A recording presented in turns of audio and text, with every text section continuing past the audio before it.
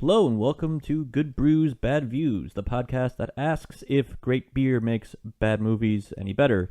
I am your host, as always, Max Nestorowicz, and as always, joined by one Ryan Everett Yep.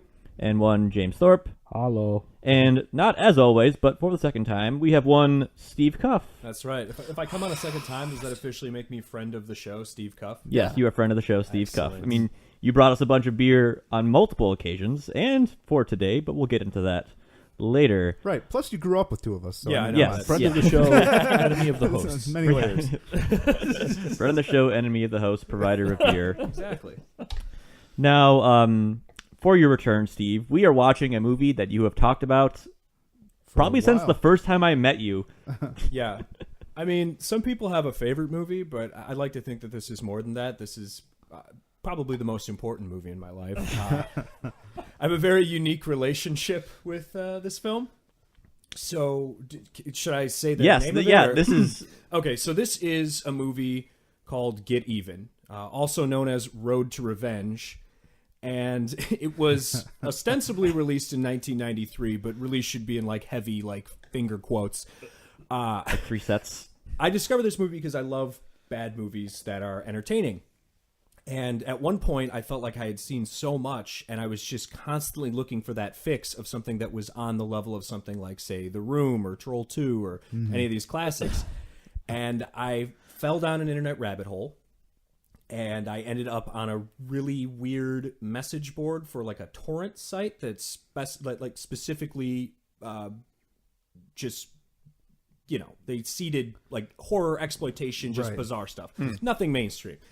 And they had a thread where it was called the movie challenge, and they would give you credit towards downloading torrents if you watched something absolutely horrible and could get through it enough to write like a 500 to 1,000 word review. And this movie was listed multiple times by people, and I was like, okay, I got to check this out. So I downloaded it, and I think the first time I saw it, I laughed so hard that I was in tears. It is transcendent is the first word that comes to mind. All right. Yes, yeah. that is a good one. It is beyond anything you can imagine, and sort of like these other, we'll call them crap auteurs, Tommy Wiseau, Neil Breen, people like that. This is written, directed, produced by, starring, and composed by one John DeHart, a Los my Angeles hero. lawyer. So, yeah. All this right, is Get so An LA lawyer. Yeah, right. before we get into the actual movie, we've added a new question since the last time you were on. The newest question we've been asking our guests is, what is the beer that to you showed that there was more to beer than just fizzy yellow? More to beer than meets the eye. Yes. I would say for me, it was when I first got to college, and keep in mind, I'm old, so this is like this is before the craft beer boom. But I tried Sierra Nevada Pale Ale, and I was just like, oh, this is weird. This doesn't taste like Labatt. Okay. So that one kind of got me like intrigued, and then I was going to school at Western Michigan University in scenic Kalamazoo, Michigan. So then I stumbled upon Bell's Two Hearted Ale. I was just like, oh my god, like this is yeah. everything, and that's still today one of my favorite beers. So Yeah, someone else has said Sierra Nevada Pale Ale was their first. It may have been Jordan.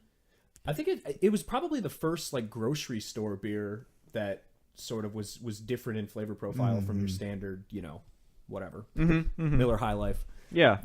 Plus, you know, back then it was one of the few beers that had a green label in comparison to the usual red, white, blue variants that you have. So it really popped off the shelf. And we have a couple beers that definitely have a logo that pops. So, but we'll get into that once we get into this fine movie.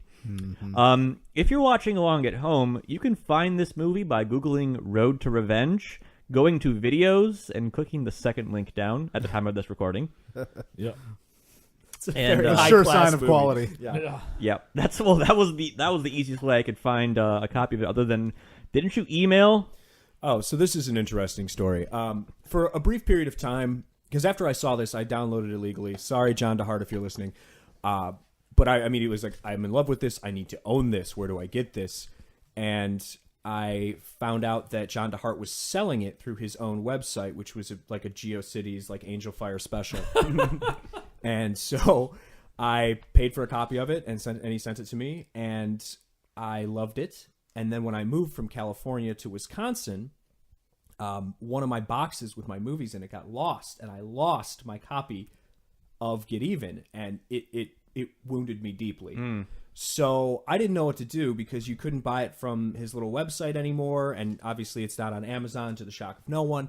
So I Googled John DeHart, found out that he was a lawyer in Los Angeles, and I knew it was the same John DeHart because when you go to his lawyer website, there he is, just looking right at you. And is he just in camouflage with a fucking crossbow on his back in that picture? If only. So I figured, okay, well, I'm going to call his office, maybe talk to his secretary, see if I can get his email address, like just sort of figure out a way to contact him. So I call his office, and a man answers, and I'm just like, oh, God, I'm talking to him. Aren't I? And there he was. So I was just like, hey, here's my situation. And I ended up talking to him about the movie for almost 2 hours on the phone. No. Where upon not only did I glean all kinds of valuable insight, which I will be sharing with all of you today. Please disperse liberally. But in addition to that, he sent me a new copy of the movie, which was not the original. Like the original one that I had was like an actual DVD case with a real DVD in it. This was just in, like, if you were to burn a CD in high school or something, like that's what it was. And he told me that he had been continuously like editing this movie into different cuts ever since it was released in 1993, and this was probably like 2010 when this occurred. So, if not later. So, the cut that he sent me, he had changed the title once again, and the version he sent me was called Champagne and Bullets, which, to his credit, those two things are this definitely might be the end of the movie. podcast. There's the things that are in the movie. They are, yeah. Champagne and Bullets, another alternate title. Yeah, This is- okay. Yeah. Okay. Well, if you are watching along and with whatever cut that you have, our cut is called Get Even. No, it's not. No. Road to Revenge. The file is says Road to Revenge, but the title Is on Get the Even. screen says Get Even. So, it's all the okay. same. We are about 5 seconds in. The Hollywood sign has just appeared on screen. Yeah, it's roughly center frame. Roughly, a little yeah. to the left. The H is kind of touching the edge of the screen. Yeah. Yep. All right. And if you're watching along, hit play. Now. So before we get lost on this rabbit hole of a film, let's talk about what we're drinking today. The first of probably many things. So Steve, you brought us a bottle of Olas Especials from Jolly Pumpkin, which is actually a co-brew. I can't think of that word. Co-brewed. Collaboration. Thank you, James, with Jester King. So this is a saison with cherry lime and salt. And what do you guys thinking of it? I like it.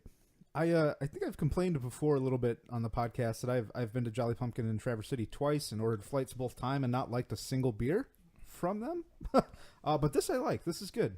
Well, luckily, Jolly Pumpkin has like 10,000 beers. This is true. Like I scanned the UPC on this with Untapped because they have that as a thing, and it came up with like 15 different beers that had the same thing. So Because of course. Yeah. No, this is it's really solid. Like it's Oh, not, Will it's Smith, not too nice. overpoweringly sour, and it's a little bit like light and a little watery, but I think this is more of a warm weather beer. Oh, really. Yeah, for sure, yeah. for sure. Yeah. Listeners of the podcast, it is currently in the single digits outside, much to James Thorpe's dismay. Yeah. Yes. Not even in the positive single digits. No. Wings Hauser. That's a great Oh, name. Wings Hauser, great he's name. a big time '80s star, and by big time I mean if you found like a direct-to-video 80s action flick, chances are Wings Hauser had a role in it. He's done a ton of stuff. Like if you look at his IMDb page, you've seen something before. Oh, yeah. He looks very familiar. I know I've seen him, but I couldn't tell you what Oh, for he sure. was in. He's right up there. The other guy's like Reb Brown. Is Oh, another yeah. guy is Yep. very similar. Yep. So I want to talk about the car scene that we just saw, where it's just like someone driving down Rodeo Boulevard, like Rodeo Drive. Excuse me. Get even. Yeah. Get even. There's no space in Get It's Even in just the Get title, Even. Yep. and it's in quotes for some reason. Yeah. Which who knows why.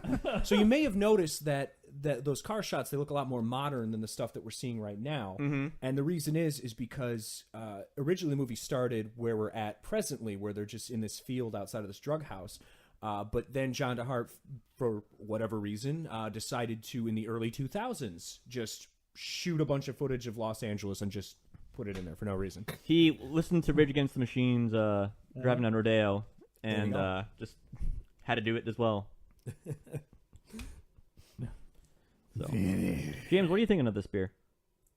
It's solid if unremarkable. Okay, That's how I usually describe you to my other friends, James. It seems solid unremarkable. I like these homemade LAPD. Yeah, clearly just sprayed on windbreakers. haphazardly. I made one of those to make my Burt Macklin costume 2 years ago. I love these drug dealers too, because it's just like, we love just having brass knuckles and cocaine everywhere. Yep. Oh God. So. Okay. And I am not Sergeant Slaughter, despite what Yeah. you may have been told. Like if. So the guy who plays Normad, which is the name of this character who's shouting at us / the villain. Yeah. He kind of sounds like if Sergeant Slaughter and Tom Waits were just like passionately kissing and mumbling lines. And poor John DeHart, he looks like just someone's uncle who's like just chain smoking Marlboros in the garage on Christmas. Then you walk in, you're underage, and he's like, "Hey kid, you want a beer?" And it's a Bud Heavy. I like how all of the black hats clearly had a logo on them at one point. They just Yeah. taped over it. Yeah, there's just duct tape over the Nike logos on all their hats for sure. And Wings Hauser was kind enough to just turn his around so you could see the logo. Yep. Veteran move from a really esteemed actor. Wings Hauser kind of looks like Mike from MST3K. A little bit, yeah. A little bit like Mike Tyson. Yeah. Mike Tyson. Also, they're all actually wearing like these aren't like LAPD windbreakers. They're just like leather variants. Yeah. Like that's Norman's got on a leather suit jacket. leather suit jacket. A lot of leather jackets and pants in this movie. Dun dun dun. That's real emotion right there. It is. That's acting. What this? And then a unexplicable cut to Kung Fu. So this is a great little training montage where we get to see John DeHart show off his karate, and it's worth noting that as shoddy as the quality is in this movie, The this weird is so upside much down worse. Dutch angle. And There it it's is the again. same two non-karate just not things karate moves over and over again. which is again incredible because this is if you were like, hey Steve, do your best kung fu even though you don't know any martial arts at all, and we're gonna tape you, like I feel confident I can pull off something slightly better than that. Yeah, more than spinning back fists. But it literally looks like just someone with a closed head injury that has lost all coordination, just sort of like bumbling into a punching bag. They're hallucinating. They're not training. So does John Hart then just this. have this obsession with he's with playing dissolves? Little Vienna sausages to his Dissolves dog. probably. It's got a black belt on too. Karate dog. Yeah. I watching this, I literally sent you guys a message that was like, did he accidentally edit in some home video footage into the movie? No, it's to humanize him. Don't you feed Oh, your yeah. dog spoonsful of butter after you do your karate and meditate? So One this year sets something later. up for the rest of the movie that I'd like for you guys to keep an eye out there in the audience, that Mr. DeHart clearly didn't have enough money to Dress do a lot these of set sets? dressing on these, so most of the time these scenes just take place in empty rooms. They're like in an abandoned euchre hall right now. No, it looks like they're definitely like most of the courtroom and any of the office stuff is definitely shot in either like an old abandoned office building or, like you said, like a VFW hall or something like that. But there's just nothing in there. No, they didn't. No, there's none of that. Like I mean, it's a court, or this isn't the court, but it's still a police station. Like, you'd expect there to be like police station things around, Yeah. not just some desks and. I mean, there's a glass of water that looks like Yeah. police water. Yeah, Venetian blinds. he's got a folder there that would make the Trump administration proud of how many documents are in it. Oh yeah, it's got so many. It's just got so many. I mean, So- look, we went from this big to this big. Yeah. Not blank pieces of paper in there. Enough. So I can't tell because the film quality is so bad, but I'm pretty sure that guy is wearing a paisley suit. Kind of. As Yeah. in the actual material the suit's made out of is paisley. I mean, it's a good look, It was the 90s in LA. So another thing that I want you guys to really pay attention to, aside from the complete and utter lack of set dressing, if you're listening right now, pay attention to Wings Hauser's line delivery and mannerisms. Because according to John DeHart, he has not so fond memories of working with Wings Hauser, who, in his words, was like blind drunk the entire time they were filming. Oh my gosh, I was wondering that same thing. It's particularly noticeable a little bit later when there's a pool scene, and you will see just how drunk he got. Yeah. But he would just ad-lib a bunch. He couldn't finish a scene. There was a lot of problems. So the whole storyline that we're going to see later about Hux just being a drunkard is what may not have actually been written into the story. Like, they just kind of had to go along with it. Go with it, yeah. Wings just kept showing up drunk. Again, it was he actually drunk? Question mark. Some Vaseline on that lens. Like, just stop and think about how beautiful this is. It's the two shirt, men, the umbrella, the one outfit. with the sun umbrella, the other in a literal like USA jumpsuit, cosplaying as an Olympian. Yeah. Why are his shorts stopping at his crotch? Again, it was the 90s. This is ridiculous even for the 90s. So Yeah, that's how they did not works. get Do the you rights think- to do you use think Miller John Lite in DeHart this shook movie. that beer up on purpose to get back at Wings? I mean, it's entirely possible. I just want to know where he got this USA jumpsuit from that he's wearing so casually. Like, It's this made of is velvet. Yeah, it's like he. Yeah, it's definitely velvet, but it looks like he, I don't know, assaulted someone from the American bobsled team and just took their clothes. Is it okay? So is it to perhaps imply that he is like An an Olympian? Olympic level archer to explain his 4 seconds of arrow kills at the end of the movie? Spoilers. But doesn't he have a crossbow in this scene? Yeah, they don't use crossbows in the Olympics. Of the many questions this movie raises, that's not real high on my list. Yeah. Also, John DeHart invented Uber. I don't know if you guys know that. Oh, cool. Because after he gets fired from the police department along with Wings Hauser, he starts up his own car service where he drives around rowdy teens. Rowdy teens played by 40-year-olds. Yeah. Yeah. Should I say it What? looks a little bit like a young, fat Quentin Tarantino.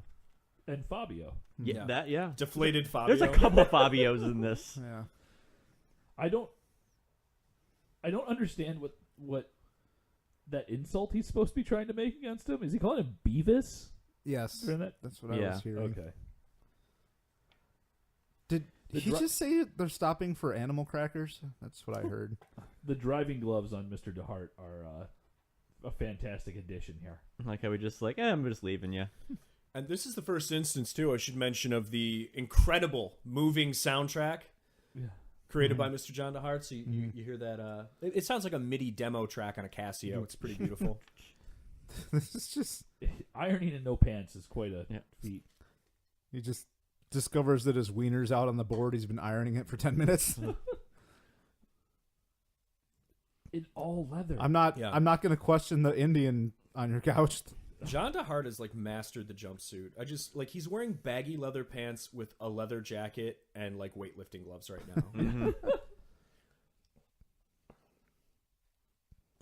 Get even. And then get even, yeah. Ryan, I see question, you, James. big question All right, for you do it. specifically. All right. When was A lot the of first pressure. time that you questioned your own sexuality, and why was it the scene where Wings Hauser was ironing his pants without pants on? No, it was just then. That was it. It was this movie. So is this like Changing a Western lives, Steve. bar, or is it just like country Western night? So this is ostensibly someone like a bar, but it's clearly shot in like someone's basement Yes. or rec room. Yeah. Right. So you have a very shoddy homemade bar. You have some arcade machines on the back, and then there's a hastily put together stage. Right. I spent most of the scene trying to identify the arcade games in the back. There is a Miss Pac-Man that's currently off frame. This whole sequence is very odd. I Like just scolding his ex-girlfriend? Yeah, like I originally thought that he was with her mom. Yeah. I don't know. That's I more think she puts on a age-appropriate. stunning performance. She is a porn star. Was a porn star. Okay. So this is a kind of a creative stretch Breakout for her. breakout role for her. Mm-hmm. So between her and Wings, those are the only two actual actors in this film. No, Normad is he's a real actor. He's a real actor too. Yeah. Okay. I don't Will know what his Smith. name is. I'm just gonna His call name him is Will Normad. Smith, actually. Will Smith. That's Yeah. actually Will Smith. Yeah. Yeah, and he's in a lot of stuff. He's another guy where he pops up as like villain henchman. In Right. A lot of, like, Okay. movies, With a actually. Charles voice like Bronson's that. Charles Bronson's stunt double. Yeah, there you go. Yeah. Oh, Here we go. No. Buckle up, anyone who is. It's my favorite Currently. part of any movie where people go, "Remember that song that you always sing? Why don't you sing it now?" So, several years ago, I believe Steve Cuff showed me this. I blocked it out of my memory until rewatching this last night. And I was wondering if it was a fever dream I once had that I just kind of like recalled. But then I'm like, wait a second, no. Because I remember you sitting on the couch cackling as we were watching it too. I just, it's astonishing that like his ex-girlfriend suddenly is like, hey, go sing this song for me again. And Hux is just like creeping on both the women back there. Right. Oh yeah. Creeping on that beer. Everybody. Hux's beer seems to change position constantly also. It doesn't obey the laws of space-time. Mhm. Yeah, this is like my favorite country western bar, you know, because What's with that awkward walk up to the microphone? You see that? the music is ostensibly diegetic here, like it's supposed to be being played live, but there's Yeah. no drummer. There's a keyboard, though. So Yeah, there's a keyboard. Now this scene is very moving because as he's singing the Shimmy Slide song, he's just staring into our souls with his cold, Blankly, dead eyes. yes. It's And snapping really- off beat, which I respect, right. Gotta. while Dead everyone in eyes. the bar dances the titular Shimmy Slide. Oh Yeah. my god.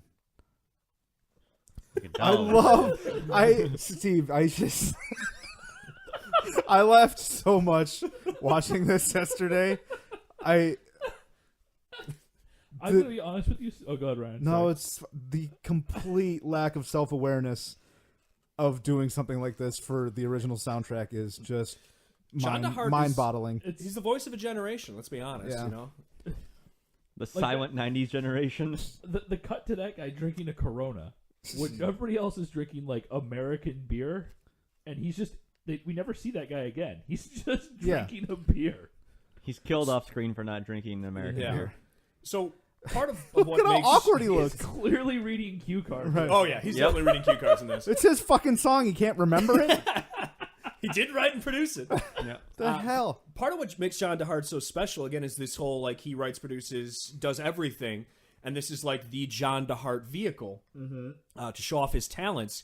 And he sort of, in the same way that Tommy Wiseau does, he writes the movie in a way to sort of exalt himself, Of course. not Look at all these things realizing I can that, do. you know, maybe what he's doing isn't so great. So, Well said, Steven. I agree. Hey, it's Kokoshuko from Double Dragon. I know. I I thought was the about to same say, thing. yeah, and here comes the villain from Robert Double Patrick. Dragon. Yeah.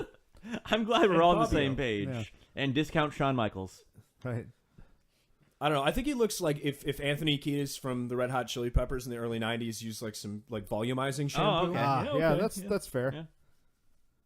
Mm-hmm. Mm-hmm. Mm-hmm. You do have to enjoy how bumbling these villains are, though. I mean, they're yeah. completely incompetent.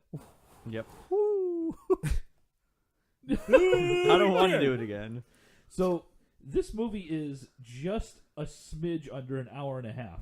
Mm-hmm. It took me almost 4 hours to actually get through. What? last night. That's because you were watching it Dude, sober on an iPad. I drank What's wrong 2 with you? pints of beer to get through this. Man, James, you got to pull that Band-Aid off. That was not the No right stops. approach. We're Yeah. making Yeah, no no stops. stops. Like driving to Houghton. Yeah. No stops. I just had to stop and do something else for a little while And just come a back. single super awkward pelvic thrust at the end of the song there.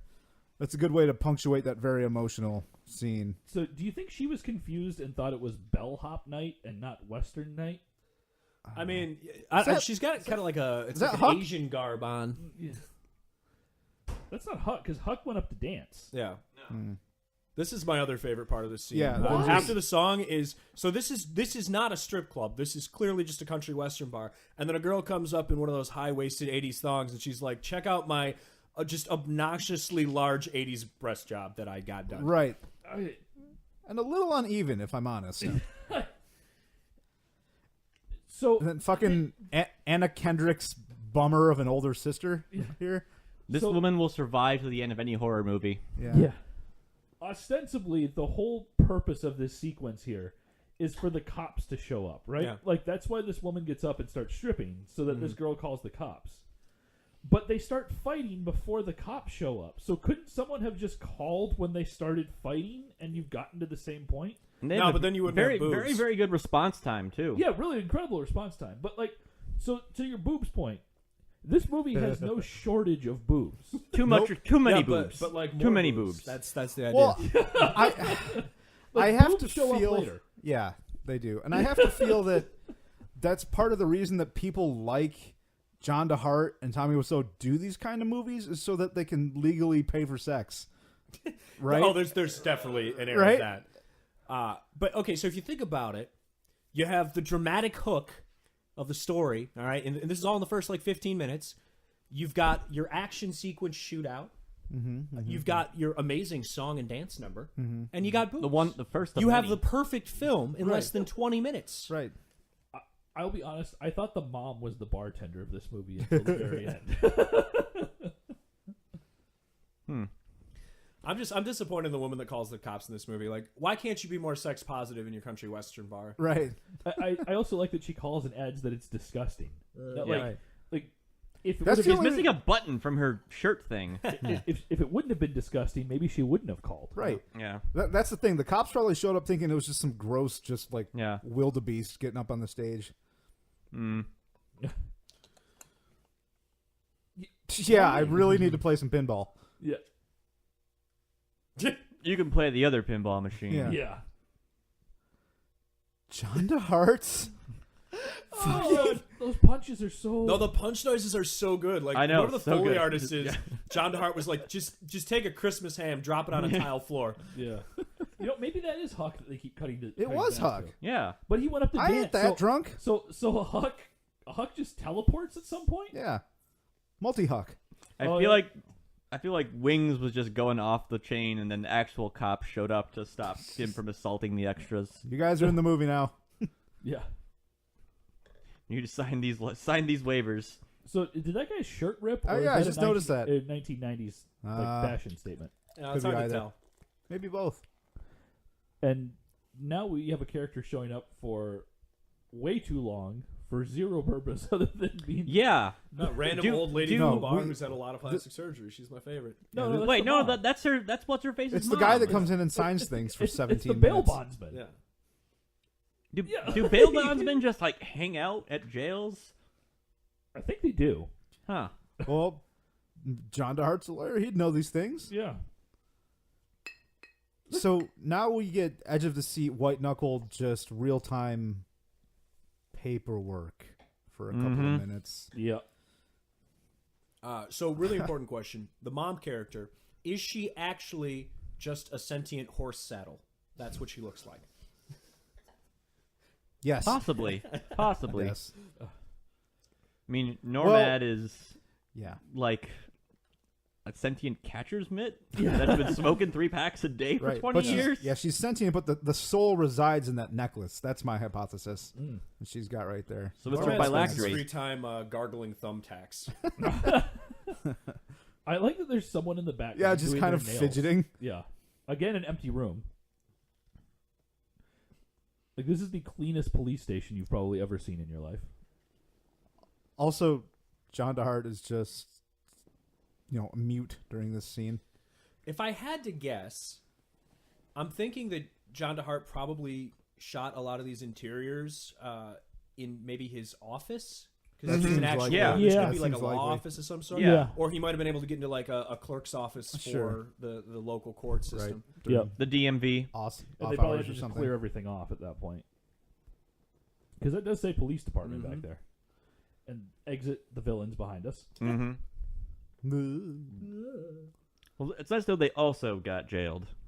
The law is fair-ish in this movie. And here comes Drunk Wings Hauser. Yeah.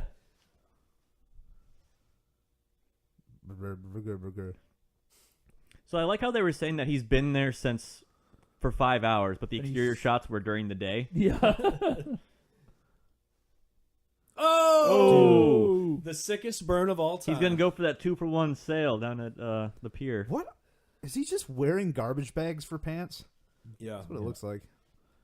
Probably. This is the loudest chip I've ever heard Just in my the life. fountain that sounds like Andre the Giant taking a piss. Yep.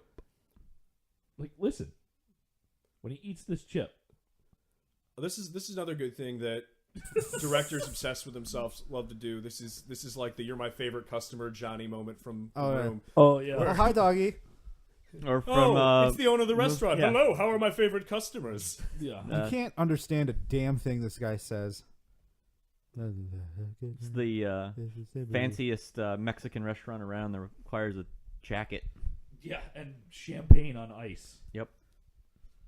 John DeHart is like someone steamrolled every ounce of Ron Swanson out of Ron Swanson.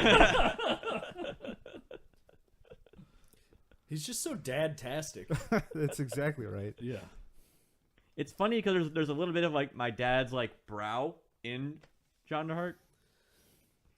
Max, Like- there's a little bit of all of us in John DeHart, okay? John DeHart Really? is He's in he's us. the mirror that we hold up to look into our own souls. Like if my dad like didn't trim his mustache in like too many weeks and just put on a very very bad blondish wig, And an untailored suit. Yeah, and that's a a poorly little too tailored big suit. for him. Yeah.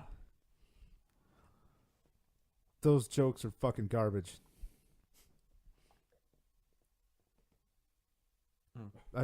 Yeah.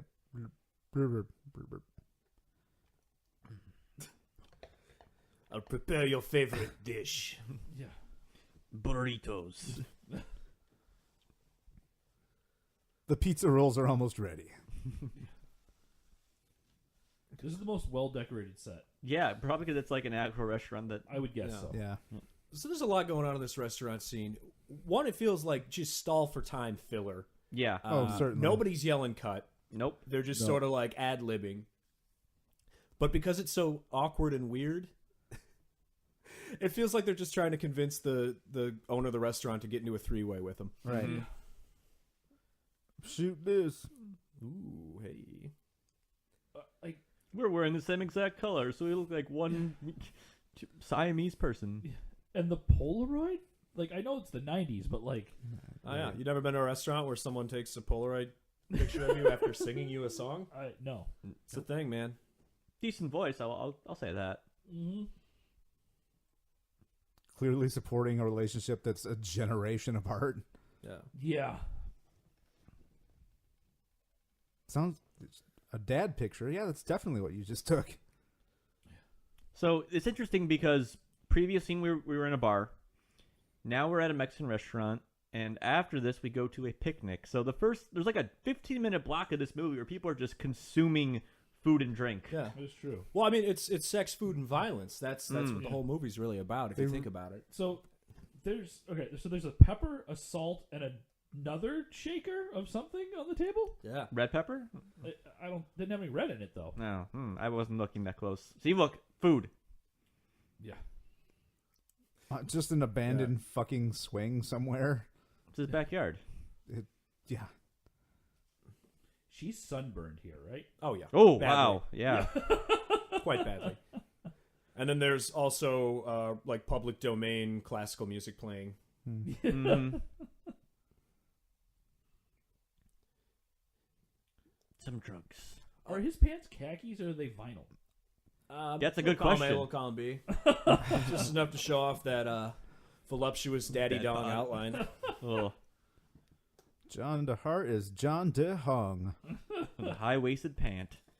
I am convinced that most of this scene, he's just trying to remember who she is.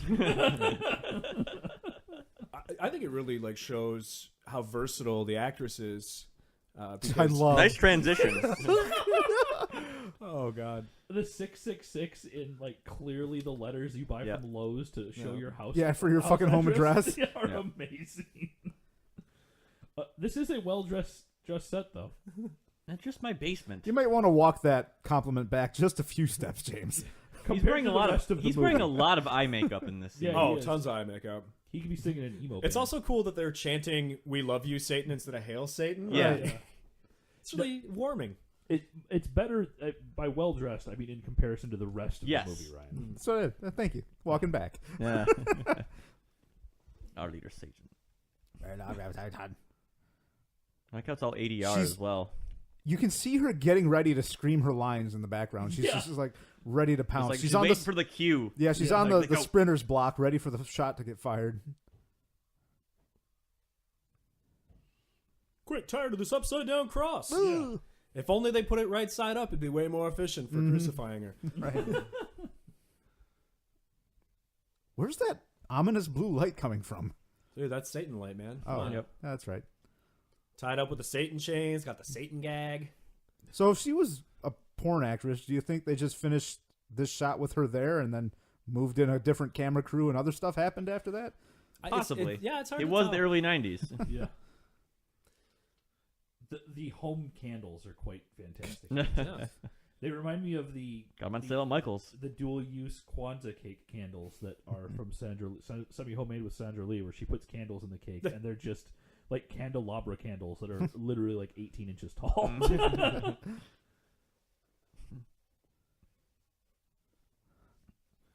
That's really scary, miss, but who are His you? like non-reaction. Yeah, to he's it. like, okay, whatever. yeah. It happens. Are you okay? Again, he really just looks like he doesn't know who she is. Yeah. He really does. The cold dead expression of John DeHart. It's impressive in its unflinchingness. Yep. Don't stare at Stoic. her tits. Don't stare at her Yeah, I was tits. gonna Don't say, stare at her that's all he's tits. doing right now, right? I'm going to get to see those in Act 2. I'm going to Right. see those in Act 2. So, all right. My question here is like, he's got incredibly tight pants on right now, Yep. right? And like, it's not like he's super fit or anything, but No, he's not. he has the No. body of a Greek god. Thank Yeah. you. But like, he's not like Rotund. rotund. Why isn't he wearing a shirt that's like anywhere near his own size? Again, I think this goes back to what we were saying in Jingle All the Way. Is it's 90s clothing style. So the clothes were just cut a lot looser. Maybe. Because even like Hux's like Hawaiian shirts and the track suit, whatever track suit was. Track shit. Yeah. Oh my God, we're only half an hour into this movie. Oh, I've Oh, already best 30 already minutes of my opened up life. our second bottle of beer. that was a very sobering Time statement to you crack just another made. one. I told you. Oh, no, guys, I already this did. is Sweet Already 10 did. beer Christ. movie. So next up we have La Roja from Jolly Pumpkin. It's a sour amber ale. It's one of their flagship beers, I would say. I think it might be the first beer I had by Jolly Pumpkin. I'm sorry. There's Shakespeare going on right now. Oh. Yeah. Oh, this, Oh, yeah, yeah. the Okay, so Shakespeare this. The only redeeming So many dissolves. So many dissolves. Sorry. the only redeeming quality of this scene is that later on Hux unintentionally makes this scene really really funny. Yeah. No, this Yeah. Shakespeare scene is awesome because Wanna it's hear also some Hamlet? created out of her going, yeah, I saw a baby get sacrificed by a satanic cult, and now they're coming to kill me. And he's just like, hey, for old time's sake, why don't I cheer you up by reciting Shakespeare like a complete shithead? And she's like, yes, I love it. Not only that, a speech about suicide as well. Yeah. Yeah, and more champagne. Again, Champagne sequences bullets. of people Champagne? eating and drinking. He's really bad at pouring champagne too. Oh my God, this music. That was supposed to be pretty deep, huh? You don't want your Yep. beginnings to ever end. Give me more. That's for beer, not for John DeHart. Sorry. Oh, Smells boy. nice. Now, So this- who this does the song is duets playing. with him then? Yeah, I don't know who's doing the duet. In my head, I like to think it's the woman, the porn star yeah. actress. Had the same thought. I can't confirm that, but let's just go with it. Let's go with it. Maybe it's Tamara with the camera. Tamara with the camera. That was her biting his mustache right there, right? This is one of the greatest duets in musical history. It's like, it's Fleetwood Mac level stuff, I Yep. think. The awkwardness of they're him so- actually undoing her dress right there. Yeah. is There's- incredible. This scene goes on for so long without them like actually kissing. There's a lot of just like, Yeah. if I put my head this way, it looks like we're kissing, but I know we're actual not. Well, I mean, it's 50% a sex scene, 50% a cry for help. Yeah. Right. Like, we just Depending on how nuzzle you you look for at a it. second. Yeah, I mean, they Damon. most of the time here just look like they're crying on each other's shoulders. Yeah. Well, I mean, how would you react to the passionate advances of John DeHart? And his mustache. Yeah. I like this better than the first one. This one's, La yeah, this Roja? one's good. Yeah. A little less funky, but it's got more body to it. It's Yeah. good stuff. Oh, Yeah. they kissed. We have Kiss. Yep. It's like, I think we Oh should no! do this Leave the one shirt again. on. Leave the shirt on. Yeah, take off John DeHart's shirt. The total, He has to untuck it. the The total. ice Part's cube. good because he's The like ice sexes her cube. legs up with an ice Nobody cube. does this. Nobody does this. I've done that once. Oh, there we go. That's the thing. Once. Wanna look at your nipples? I'm Listening John with DeHart an and I'm ice shooting a film. No hip dick in this movie. So is this scene before or after the Top Gun scene that features ice? This would be after. After, yeah. Okay.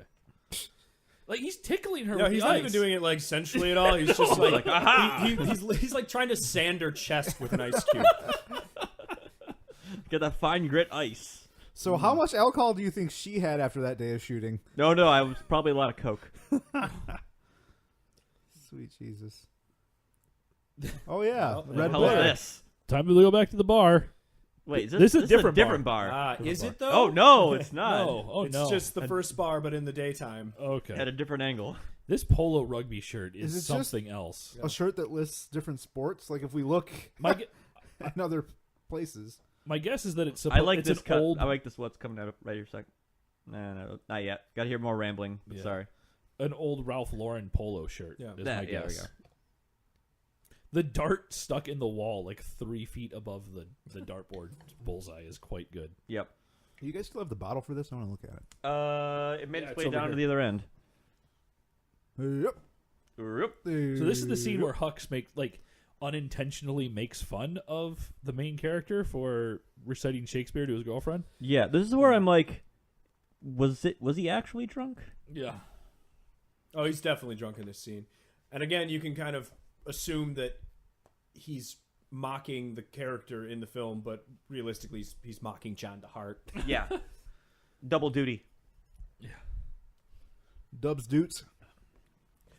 Also, this is shot in L.A., right? We're Yeah. supposed to Yeah. be in L.A.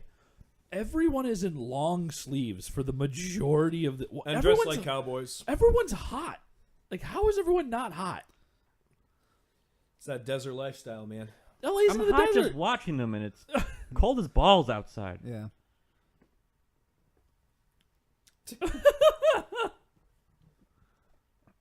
Can speak Hamlet. Yeah. Oh yeah, you look like the look on John DeHart's face. You're just like, Yeah. oh my god, are we doing this? I love that line. So I think I'm going to get my buddy speaks Hamlet just tattooed across my stomach. Old English font. Yeah. Yeah. I think it's the eyes that for Hux right here that you can tell that he's most likely actually drunk because his eyes can't focus on anything, and they're Yeah. constantly blinking. Well, it's also the fact that you can tell that from this quality of film as well. Yeah. Hey, glass bottle of Coke. Oh yeah, the glass bottle of Coke up there with the rest of the liquor. Also, shout out to Bullet Bourbon, apparently the sponsor of Get Even. Give me a bullet. You'll have a bullet? Yes, a bullet. I like Bullet. Oh, It's Bullet's very great. good. I actually just recently learned that they do everything except their own distilling. Yeah. They I don't- actually just recently learned that they are incredibly racist and homophobic, so I remember hearing Really? about that. Whoa. Yeah. which Oh. is a bummer because they make great rye, so I figured. Oh yeah, they do. Consider have my great- business do have gone. great rye. Yeah. That's why I stopped drinking Ballast Point Yeah. because they're a major donator to the Republican Party, and it pissed me off when that happened. 'cause Paul I'm Ryan like, specifically, Hmm? the Speaker of the House Yeah. specifically. because I was loving what that brewery was making. So I really like this. So this is The Roja? officially the first beer that I like from Jolly Pumpkin. Huh. Good, good, good. Yeah, this is much better than the previous one. I think for the saison, it's one of those like it's the wrong season for it. Yeah. Again, I want to be like just like a shirtless John DeHart, just kind of sunning Mhm. myself in Los Angeles. Just chasing drinking people that down beer. with ice cubes. Oh yeah, for sure. For Exactly. sure. And Get this back this here. is more of a like I'm John DeHart wearing my polo rugby shirt, you know, Yeah, yeah. On a having a Tuesday cold one night. with drunk Wings Hauser. Yeah. Yeah. Either So- way, delicious. Right. It's pretty clear that they're actually like drinking beer on set right here, right? Oh, yeah. right now, Oh, yeah. right? Like he didn't use fake alcohol for anything. They just Well- got some Steel Reserve. Yeah. I am willing to bet just about anything that this was one take. Oh So- gosh, yeah. No, there's no way this is multiple takes. Also because this is like one cut until except for the bar. This is just it's always on the two of them. I wonder if that was actually forgotten. So when you're watching this scene and Wingshauser's rambling, just only watch John DeHart's face, which is just like discomfort and anger and disappointment. Yeah.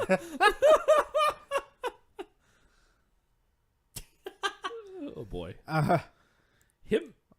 This scene is just like, okay, another empty. Like this is. I think this is a house that doesn't have anyone living in it. Maybe. Because that's a bathroom with nothing in it.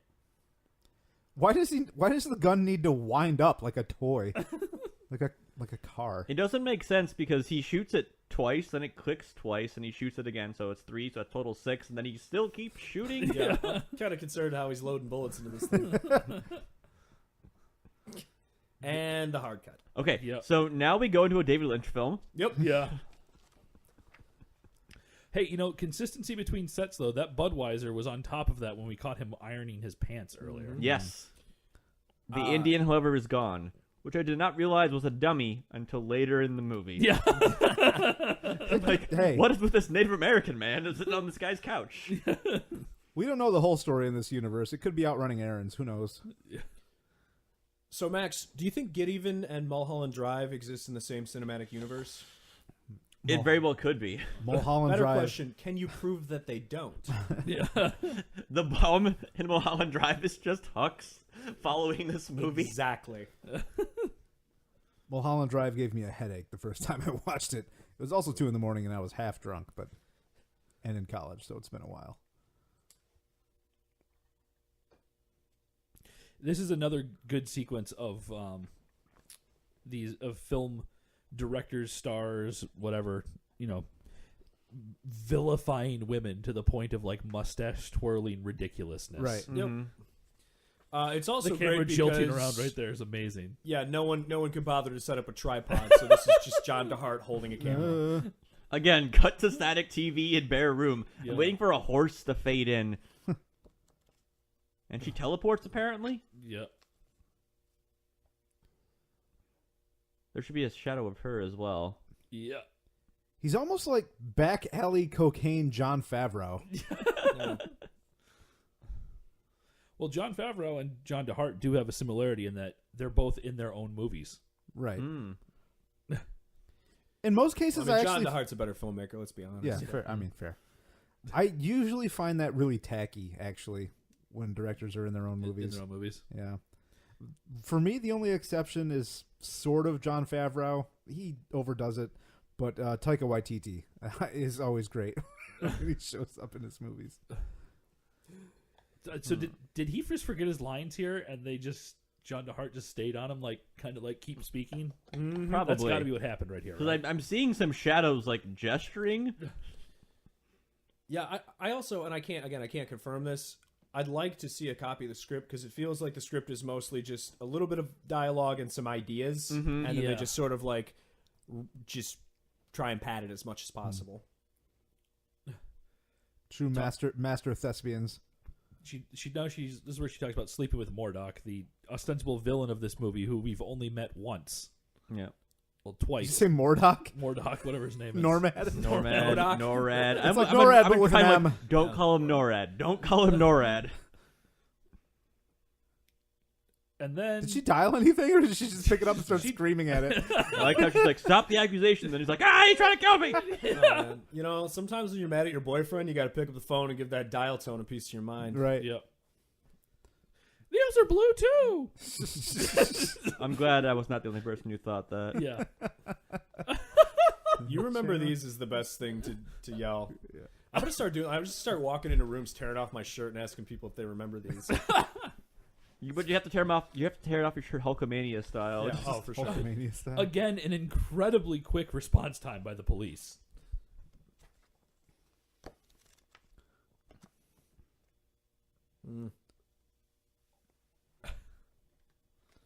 Not them tits. Yeah.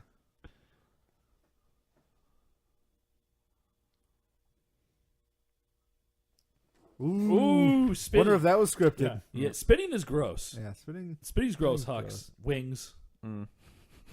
Knock it off.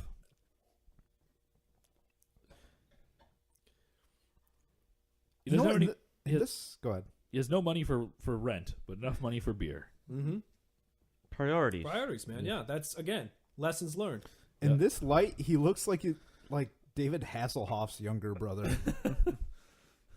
And the cop on the left, the first cop we saw, looks like the cop from Freddy vs. Jason, but fatter.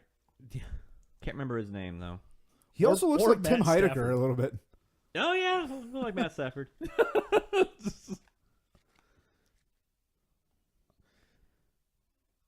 What? Yeah. Is that a thing? Do Huh. people say Advice that? from Wingshauser. So I feel like that's an ad-lib line. yeah, More dissolves. her like getting mad and running off set to the left is a really weird end to that whole sequence. Just the Can we devil talk lighting. about John DeHart's use of like Argento-esque lighting? in Yeah, the I was scene? going to say. Just these deep red glowing lights and the purple He's the frame of the bad door. one. This is like some soap opera lighting. Yeah. It's called Artistry, Max. You missed the spin-off sequel to this movie, Huxperia. Ooh.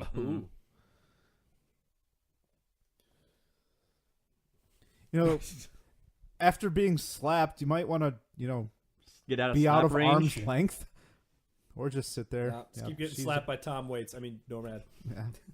Sergeant Slaughter. He is, again, of the mustache twirling variety. He Yeah. is of them. Yes. Like, I don't is he saying, like, I'm going to have sex with you now? When he was like, get ready? Yeah, it's I kind think of so. hard to tell. Women are like John DeHart's punching bags, essentially. That's pretty much the only function they serve. He just jiggles around them and the movie continues. Oh. Yeah, he's only got like 2 Mustache moves. blowing in the wind. I feel like they snuck onto the set of Judge Judy.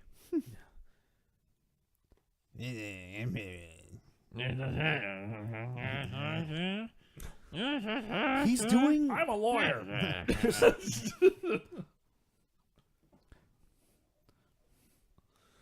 I'm Dexter S. Thompson Esquire.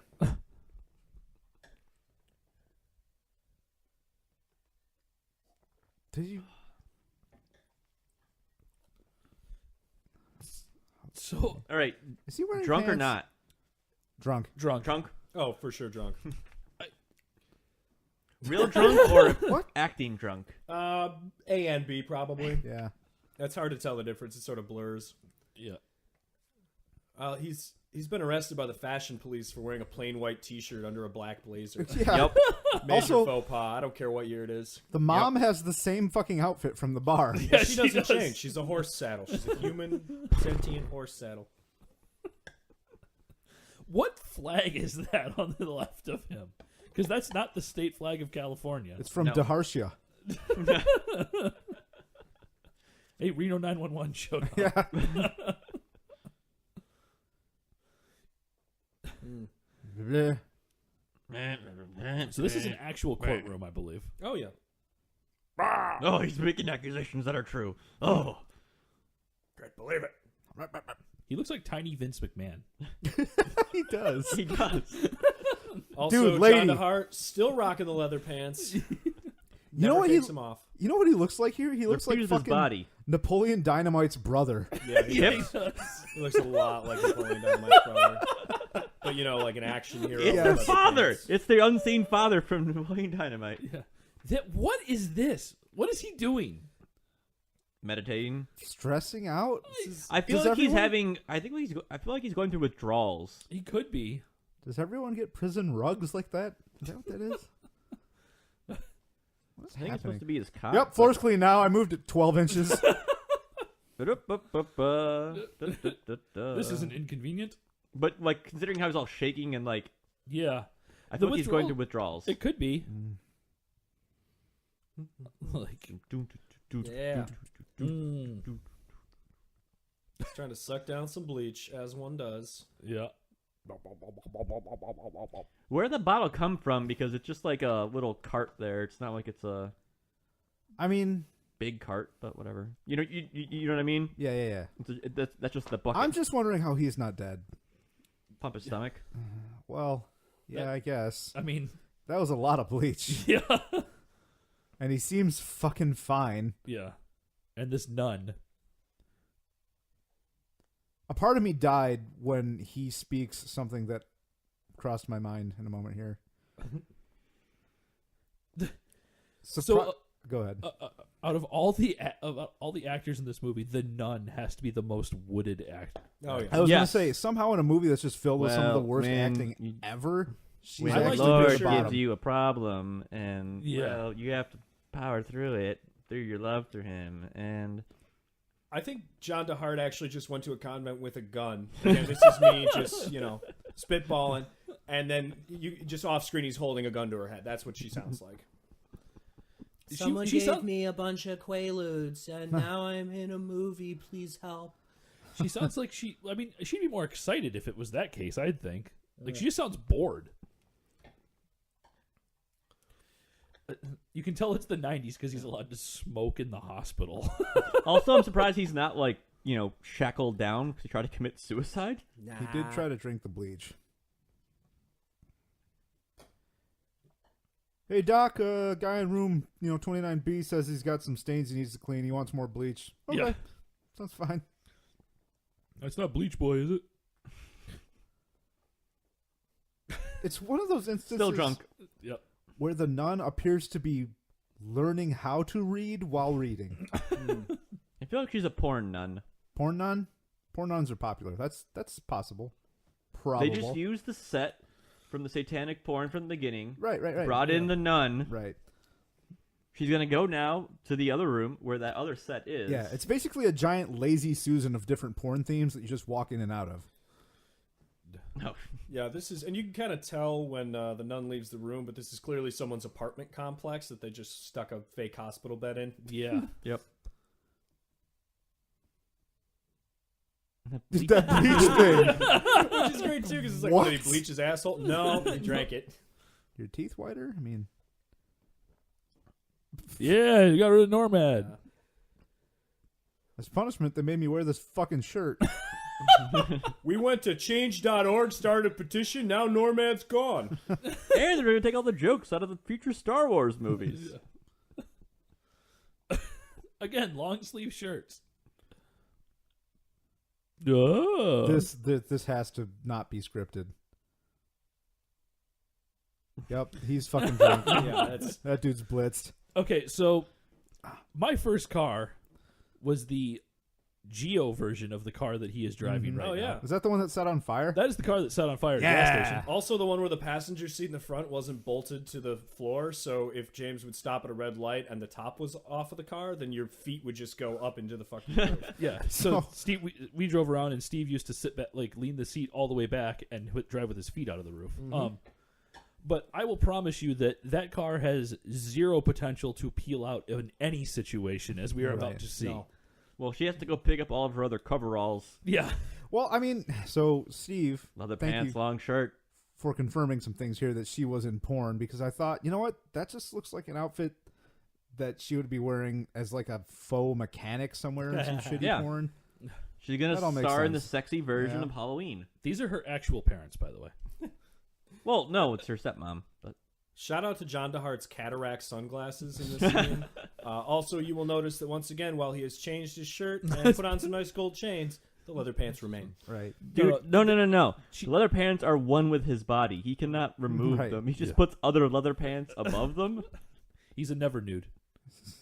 There are dozens of us.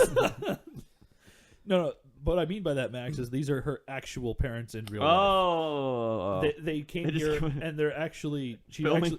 She actually just needed her clothes back, and John DeHart was like, "We can put that in the movie." Yeah. You know, I Are do you a have a little bit of an Satanist? issue with this scene. So, her parents are deeply religious people, and they're yelling at him for daring to bring her over.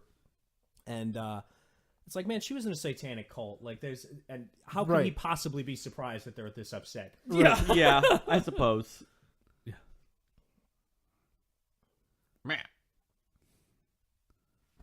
Most of my Again, you joined a cult. right, Yeah. right. Yeah. You sacrificed a baby. Yeah. Because he's got to be the savior here. He's the relationship counselor. Right. Yeah. Hollywood.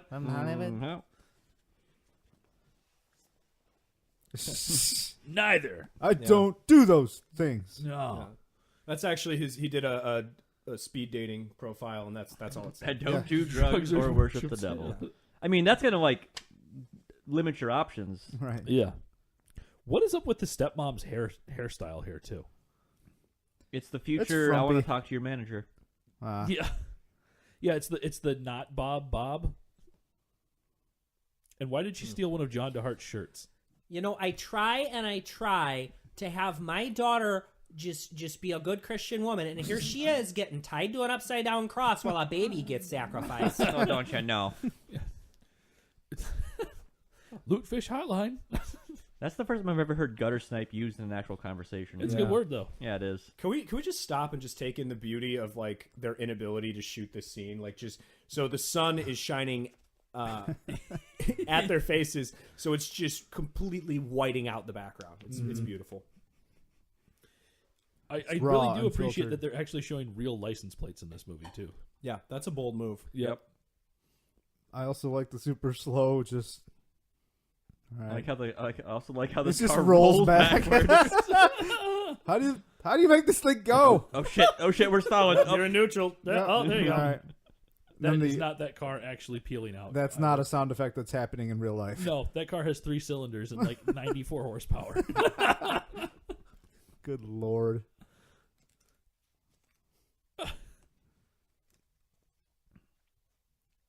That's an album cover for adult contemporary rock if I've ever seen one. Yeah, it is. Oh, I can hear it. The music is It's swelling. coming. John DeHart, right to the soul, man. Yep.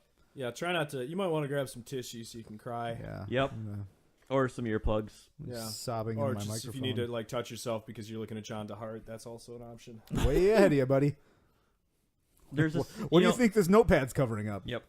So there's the same age gap between John DeHart and the co-star and the parents, or the dad and the stepmom. Like there appears to be like 1,000 years. 1,000 Yeah. years between both of them. At least a generation. Yeah, I don't know. John DeHart's a guy where it's like, if I saw him in this movie and you're like, how old is he? I'd be like, I don't know, 60, Yeah. 30. Tommy Wiseau-ish. No, he's clearly 50 at the low end. Wait, How old wait, is Samuel wait. L. Jackson? Wait. 60, 30? I don't know. Wait. Is it possible that both John DeHart and Tommy Wiseau are Highlanders? Yeah. It could be. Could be. We gotta wait until one tries to behead the other, and then we'll Right. know. So My money's on Tommy. I like this scene because he talks about how the guy sells drugs on the black market as if there is a legal market to sell those Yeah. drugs. Well, it depends on what drugs and what country. So Yeah, maybe he opened a dispensary, man. Come on. It's 93. Maybe. Well, I mean, you know, all right. John Okay. DeHart invented In, Uber. in the okay? universe that John DeHart has created for Uber. us. True. Did you bring me my glass of broken glass? Right. The goggle. Yeah. So these guys' names are Snake and Scar. Yep. Right? Okay. And I watched the credits for this movie. Believe you me. Okay. Yeah. I was just trying to make sure because when he said called the guy with a scar. I'm like, all right. What was the other guy's name? I was like, is that actually his name? Answer: yes. Yes. Like G.I. Joe villains.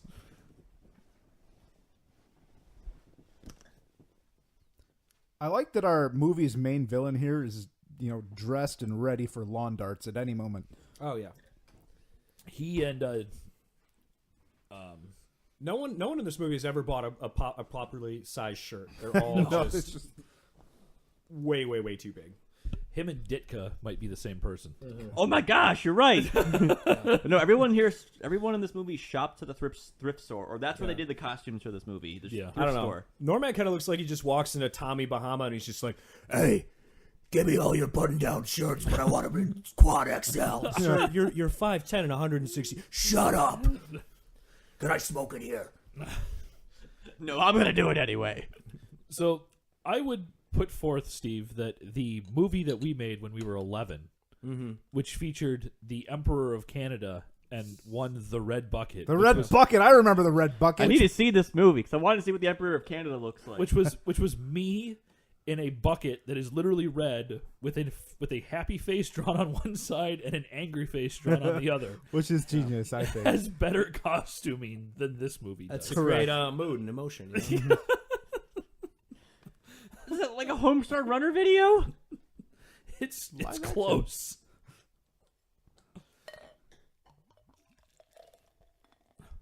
If you can hear that sound, he we are touched the on to star. the next beer.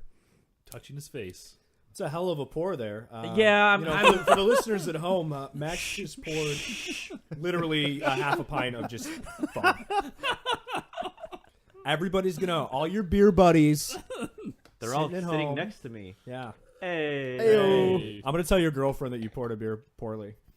That's what I'm going to do. Don't do that. Wait, I'm which going to kind add her was on it? Facebook. She doesn't even know who I am. I'm just going to send her a message. Was it hey, straight guess down what the I saw? middle? Which was it? I was doing it the Randy Mosher way. Good.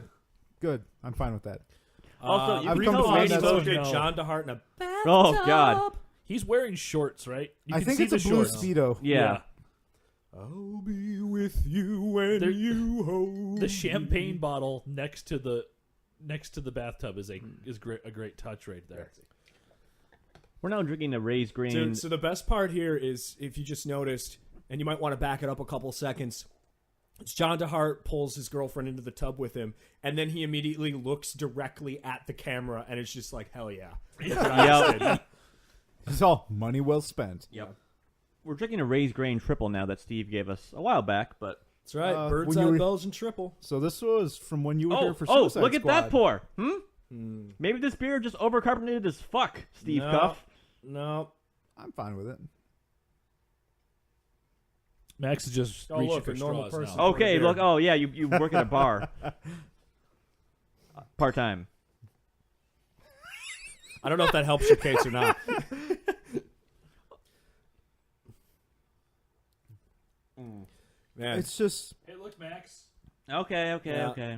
So this is a good scene too, because It's they're fine, making Max. out in this tub, Yeah. it's fine. and here, you guys can have more. I drink this like literally 3 days a week. So they're making out. John Hart is making out with porn star lady girlfriend, and she Name just unknown. slowly like bends her face away from his mouth, so that he's only like kissing the side Yeah, of her head. it's like Yeah. I will kiss you as little as I need Yeah. to. Yep. Wait, did she just like mama bird some champagne into him? I'm pretty sure that's Yeah, what's it's- happening right there. Ugh. And this the nautical decor in the background. There's just everything about this is beautiful. More like naughty Cole. All right, I'm going to propose to you that of all the places on Earth to have an indoor hot tub, California is the least likely. Correct. Maybe Hawaii's the only place that would be more inappropriate. Unless you're rich as fuck, then you chill your apartment and put a nice warm hot tub in it. You could. Guys, John DeHart's looking at boobs for the first time in this scene. Yep, he's he's like clearly he's like looking down this staring whole straight time. at them. Yeah. And those pepperoni pizza areolas. This is the only scene they probably did like 5 takes on. Like, no, that wasn't good enough. It didn't No, feel we it, need, guys. good li- we need, Yeah, we need there's- better lighting. There's certainly a lot of cuts in this shot. Yep. Yeah, that one's not good. We can't put that one in the can yet, guys. A lot of dissolves. Lots of dissolves. He is just unabashedly looking down. He Well, is well- violating the podcast rules. Yep. He doesn't seem like he's enjoying himself. No. He just seems very It's- creepy. This is it's- very windowless van man in a brown trench coat. It's because he has paid for a woman to get naked and grind on him, Yeah. and he's worried people are going to know that that's why he wanted it. I want to make this movie so I can have naked chicks on me.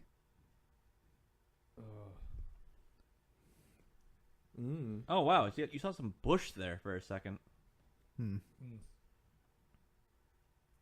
This is the scene. Yep. Yep, this is where Wings Also, his hair is a lot deep end. redder. And the Indian is back. And apparently a Rastafarian outfit. I want to know what was going on in this scene specifically. Yeah, where are we here? We are in Huck's Haven. But is this at Huck's house? What the hell, man? It fucking says right there on the sign. Yeah, but where is Huck's No, Haven? there's no. So it's kind of weird because it's always unclear whether you're at John DeHart's house or Huck's house or Wait, where you are and what? what their actual living situations are. The one thing that you do need to notice is John DeHart in this scene is wearing white linen pants with elastic like ankle bands. I keep questioning where they are, and Who are these women? yeah, Did he sleep on a bowl of Cheetos? Is that What what it happened? looked So this is master filmmaker John DeHart. He wanted to shoot as much of the movie as he could during the magic hour, but he didn't compensate for any of the lighting that comes with that. So what you're seeing is literally just the sunset reflecting on these idiots' heads. It looks like they're covered in Cheeto dust. I'm gonna say he looks. Oh, it's like Carrot Top. That's Yeah. really bad. hey, you know what? At least Hux isn't wearing shoes in the pool. He is. Oh, all right. No, Those are his I- feet. I love this fucking rant. I have no idea what's being said right now. Yeah, like what's with people, man? It has nothing to do with the movie, and it also has nothing to do with the progression, like the theoretical progression of Huck's This character, right? Like he this just is- tried to commit suicide, Yeah, now he's a cult leader. and now he's a cult leader. I mean, how else did he get those women in the pool? All right. As you You mean know, the Hacker Shore? and as you know, this is how Dissolve people cuts is talk how I roll. Yeah. with these more words and modern this. shots Yeah, in more the movie. modern cuts. Which again, that was like 3 seconds of modern footage spliced into this for no reason. What is he wearing? The same thing he had at the fucking pool. Yeah, it's his pool outfit. He got married at the Yeah. pool. Don't you get married in a white tracksuit? Is that with Huck in the pleated orange? pants? Yes, that's Huck Huck in the Huck orange is with, wearing like, literally work the boots. suit from Dumb and Dumber. He looks With an army undershirt on. 100% Yeah. bored, and also that he has to pee in most of these scenes. Or he's Straight playing, from the West Point discotheque. It's Huck. either that or he's playing with himself with his hand in his pocket right there. it does. His hair matches his outfit. He actually kind of has a Dr. Steve Brule. He does. Going on. He also has Hey a little guys, you know what's good for your health? Marriage. He also looks a little bit like Willem Dafoe. Yeah, just a smidge. That priest is way more handsome than anyone else Again, in this movie. Right. Porn priest, Yeah, porn nun. Yeah. Porn. No. She's in an actual wedding dress, and he just looks like he came from playing racquetball. Do you know Yeah. how much a tuxedo costs? I mean, come on. The boutonniere on his tracksuit Yeah. though really adds to this? He's rocking a bodacious boot on that tracksuit. Hey, is that Tamara with the camera? I think so. Why are all the women in white? This is a in white really dresses, weird too? shot. Also, this is the second or third bank they've inadvertently Yeah, what's with the advertised. obsession with banks in this movie? Or did he just play a lot of Super Scope? Just want to recreate shots Yeah. from that. Oh yeah, dropping them funky rhymes. You know, another possibility that we didn't explore, I like to think that it's porn star lady and John DeHart singing these duets. What if it's the lady from the Mexican restaurant with the camera? Yeah, that's what I was saying. It's Yeah. Tamara with the camera. Yeah, Yeah. Max adjusted that, that earlier. definitely could be it. Take off your shoe. Throw us your shoe. Your Yep. shoe. I love my job. And if you, dear listener, recognize that reference, please Email us email us what because it is. I'm gonna drive to your house and give you a hug. Yeah. Do you think... Okay, so in the film, is she actually stripping to the shimmy slide? Like, he's like, No. baby, literally No, get naked to no, my no. song. No way. I think she has to be. She has to be. She's moving to the beat. Yeah. I'm wondering if We've it's already seen one woman get naked to the shimmy slide. That's So right. Yeah. why not a second? is it perhaps that she's stripping in complete silence. I mean, realistically, yes. Yeah. Yeah. Hopefully, yes. Otherwise, I'm so sorry. Yeah. So sorry. It's just being Shimmy a porn slide on actress- down here, baby. they're so like he just clearly wanted to hang out with a woman. Right. Yeah. So, guys, Kinda. I was thinking I haven't felt the touch of a woman in 20 years. Maybe So? I should make a movie. Thought I'd pay What for is going some. on in this painting behind them? I don't It's know. like a blue Avatar guy porn? with his dong out, Yep. I think. Avatar porn. Again, Fucking music. Oh my god. I don't know whether to gouge out my eyes or my ears. Yes. Both Just of them. ice picks in every orifice. Yep. That's Yeah. what this movie makes you want to do. Oh, No, it's so that's- perfect. That's not Avatar porn. That's beast porn. Oh, Back at our favorite bar. Welcome to John DeHart's rec basement. room. Yeah. poured concrete basement. Scar Fabio and the Double Dragon You villain. gotta really appreciate the way the villains coordinated their outfits. Yep. All right, today we're doing shirts tucked into jeans. They just got done with a stage production of Rent, and then they just came over to the bar to do some villainous activities. Mm-hmm. So, do you think that the Double Dragon villain is actually the father of Guy Fieri? It's Could entirely be. possible. Or just a very, very young Guy Fieri. It could Yeah, be. Thin Fieri. Thin Fieri. He's just the human cheese fryer. Hey, right and now. then he hasn't added the chili. He's a Satanist. Maybe he's the Satanist Guy Fieri from fucking Spawn. Remember him in the graveyard? Yeah. Oh, yeah. Well, I mean, I'll do some compilation shots. You could argue that in the broader spectrum of drive-ins, diners, and dives, this is in fact a dive. It is. Yes. You know it is. Yeah. This is like the pilot. Yep. You know what's useful Yep. for this whole scene is that they're just going to rape this woman for no apparent plot point at all. no. Oh, lets you know how bad of dudes they are. Yeah, I mean, John DeHart's only had like 4 women beat up in this movie so far, so Got a quota. I mean, I just. But you bring up a good point. Yeah, like, it's really hard to justify using rape as any kind of plot device. No, you can't at all. So to just throw it in there as like just because these guys are bad also. yeah, we It's need to like establish they're bad guys. 'cause that hasn't been established, sacrificing like, a 10 baby times. wasn't Yeah. bad enough. Yeah, like Remember I told you about that? Oh yeah, I why completely forgot did about he that. have just pictures of like his greatest enemy? Isn't this her house too? I don't know. I don't Because know. he says he's moving in with her. I thought. No, the other way around. He's reading his fucking lines in every scene. There's someone holding up a fucking cue card. as one does. Yeah. He Max- wrote the thing. Now that the gigantic head on your beer has died down to a manageable level, what do you think? Very good. Very good. What do you guys think? I had the same pour. Oh, it was pretty good. It was pretty good. So I what you're don't like- saying, Ryan, I mean, the is lack that of me and you enthusiasm. took... Just because I work there and I have the hoodie on and I brought the beer, you can drag on it if you want to. No, it's good. this It's is all right. It's good. It's banana-y, not too much esters. The reason I like Nicely it, balanced. Doesn't have that 9% alcohol taste to it, which it is. Really? So- That I would not have guessed. Exactly. one of the things I really like about Raised Grain is, one, all of their beers have just ridiculously high alcohol content. Like, even if that Thumbs up. says like 9% on it, it's a lie. It's always like 1% higher than it actually is. In addition to that, they take styles that I normally hate. Belgian triples I don't care for, but theirs I like because it's a little bit more mellow and just less tasting like you're licking out like rotten fruit from a butthole. As one off. I was going to say, like, why don't you like button triples? But that's a good enough description. You know, when somebody is at Thanksgiving and they just boof a whole cornucopia and then Right. yeah. Sploosh. No, this is pretty good. This is pretty good. What about you, James? I quite enjoy this, but I think I probably like Belgians the most out of the three of us. Yes, that's why. Yeah. Yeah, no, I would drink a good amount of this. Oh yeah, this is the best Belgian I've had in Well, a while. if you jabronis make your way to Milwaukee, all the beer you can drink, man. All right. I got you. Well, I mean, as long as I'm bartending. If not, fend Yeah. for yourselves. Yeah. Just mention your name and they'll give us a discount. So I enjoyed this scene because everybody knew the one kid in high school who owned like the 1990 something BMW and thought they were really cool. Oh yeah. And that's all I could think of in this scene.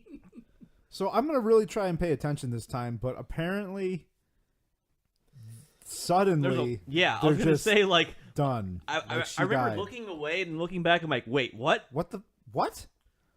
Yep. It's pretty rad too because it's just like she's dead and he's just like whatever. I thought they shot her at first. Like I figured, That is what it's. No. That He's is a what jerk I and he didn't thought give her there. a helmet. yeah. No, but she had a helmet. She had a though. helmet When she on. walked out of the room.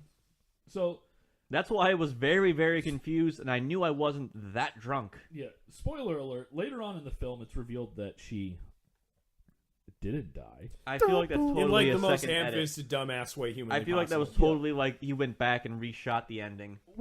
But his character is surprised. It would have been like it would have made a lot more sense if he would have been like, "Oh, psych, I got you, audience. Like, she's still alive, and it was all part of my master plan to convince them that she died." Like, Yeah, see, that would have made sense, and I like your hand gestures you had there. Like, Well, You're trying to contain Yes, this it's, master plot. yeah. It's interesting that you bring this up because, again, in my conversations with Mr. DeHart, he had mentioned that in the original ending, she dies. That's why I was saying, like, Yeah. it feels very tacked on. So- at the end, being like, we needed an upper to end on. But the reason that he like reshot or added that scene at the end where she's not dead is because he told me that when we played it for audiences, like that part just didn't sit well with them, and all I could think of was like, what about the rest of the movie? So hold on, Sit well with everyone. Audiences, Yeah. plural. Well, I mean, he probably showed it to his mom, his dad, Are they burying her in someone's garden like a beloved dog? Yep. And No, it looks like they're burying Wings, him. drunk or not drunk? Drunk. Drunk. Oh, definitely drunk. Wings House is drunk.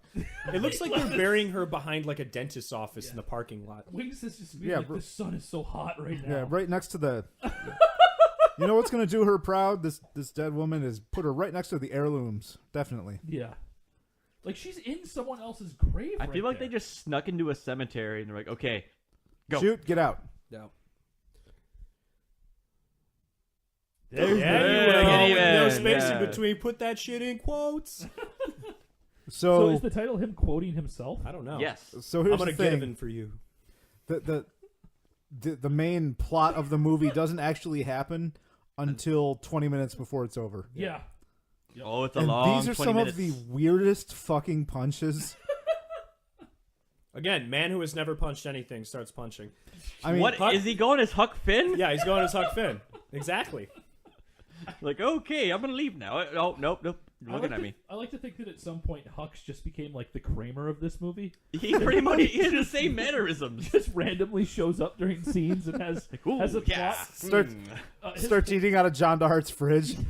And his plot is completely superfluous to the entire rest of the movie. Oh yeah. So I was talking to my Indian friend here, Bob Sacagaweo. Hey, I like it. You don't have a cigar store Indian just hanging out on your couch? Come on. Dude, cigar store Indian, like, facsimiles terrify me. Aren't they, like, part of the Creepshow anthology from the 80s?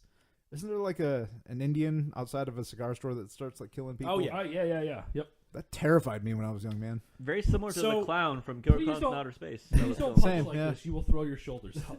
Yeah, no, you'll bust your wrists, all sorts of bad shit. This is how I found out that wasn't an actual real Native American.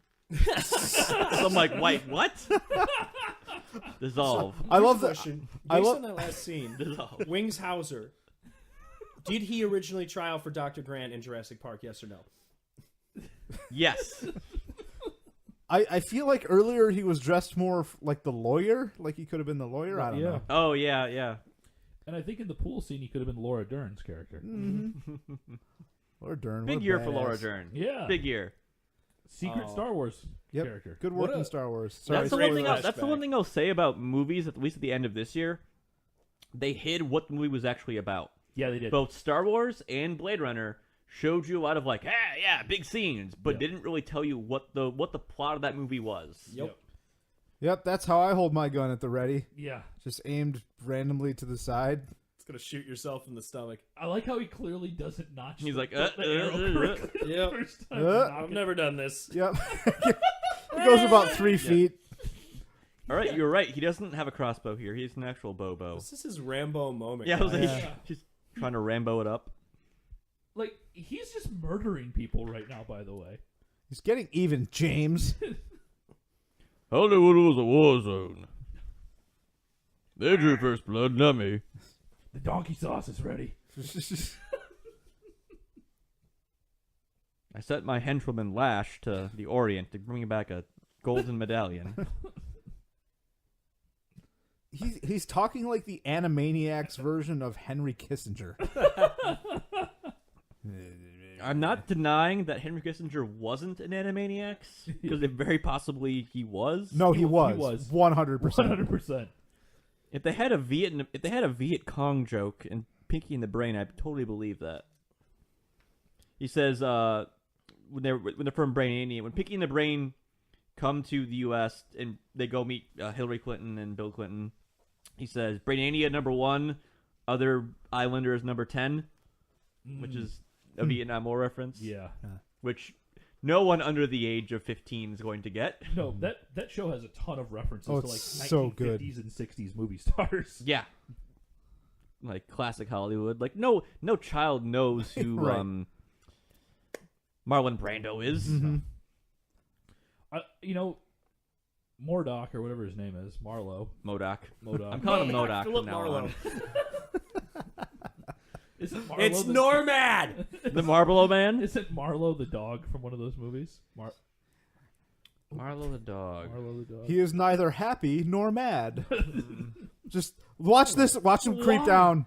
Why? Why would you do? Because he's a And now he's in inside? the Oh, he's house. inside. He transformed his weapon into a crossbow. That was obviously just a shot. Also, like, look at where that What's was. that supposed to be? the same. It was the same It's the same exact position. Yeah. Yeah. He Yeah. stood on John DeHart's mark and then got shot in the back. It's like Yeah. teleporting Matrix shit. Yep. Gymkhana. Again, just the artistry. Judo What's chop. the difference between Dario Argento and John DeHart? I would argue nothing. The mustache? Here's a free sample. Yeah, let me taste this shit first. We gotta make sure it's not baby powder. Yeah. Or baby laxative. Can't learn that in a hockey rink. I rewatched Santa Sleigh for Christmas. It was a It's good so decision. good. Oh, Steve, yeah, your OPVAC article recently with the three. Oh, yeah. Is it plugs time? Holiday OptimismVaccine.com. Yeah. Yep. Oh man, I want to watch those other two very badly. Let's talk about those at the end. We will. We will. Yeah. I'm definitely speaking Spanish. Estoy en la biblioteca. That is not where he was aiming, by the way. Also, you'll notice in the scene while he's firing the gun, he's talking, but there's no There's voice no because they just voice. ADR'd in the gunshots and they didn't do any of the lines. Yeah. I like that every shot that John DeHart fires is Reload. when he blinks. Yeah. So he's got blink bullets, blinky Reload. bullets. Reload. Reload. Just maximum force. Area Tapping the 51. pedal on the time crisis machine. Yeah. Hey, there's the bad guy. Reload. He has One to of shoot them. him twice. Reload. Well, I think the reason Yeah, why there you he's go. blinking every time is because they took one shot of him shooting the gun where he blinked and then they used it 12 times. I like He's going just out like, this like Scarface. The Where is he? He's in the Temple of Satan. Right? Yeah. In his basement. the amount of Welcome to my Satan basement. of authority and gravitas that DeHart clearly is trying for here is just awkward Yeah. because it's so bad. This one gorgeous ass man. Scar. I think I've seen that dude on the left, but just with normal people hair before. I don't know. He's probably also from porn, so odds are high.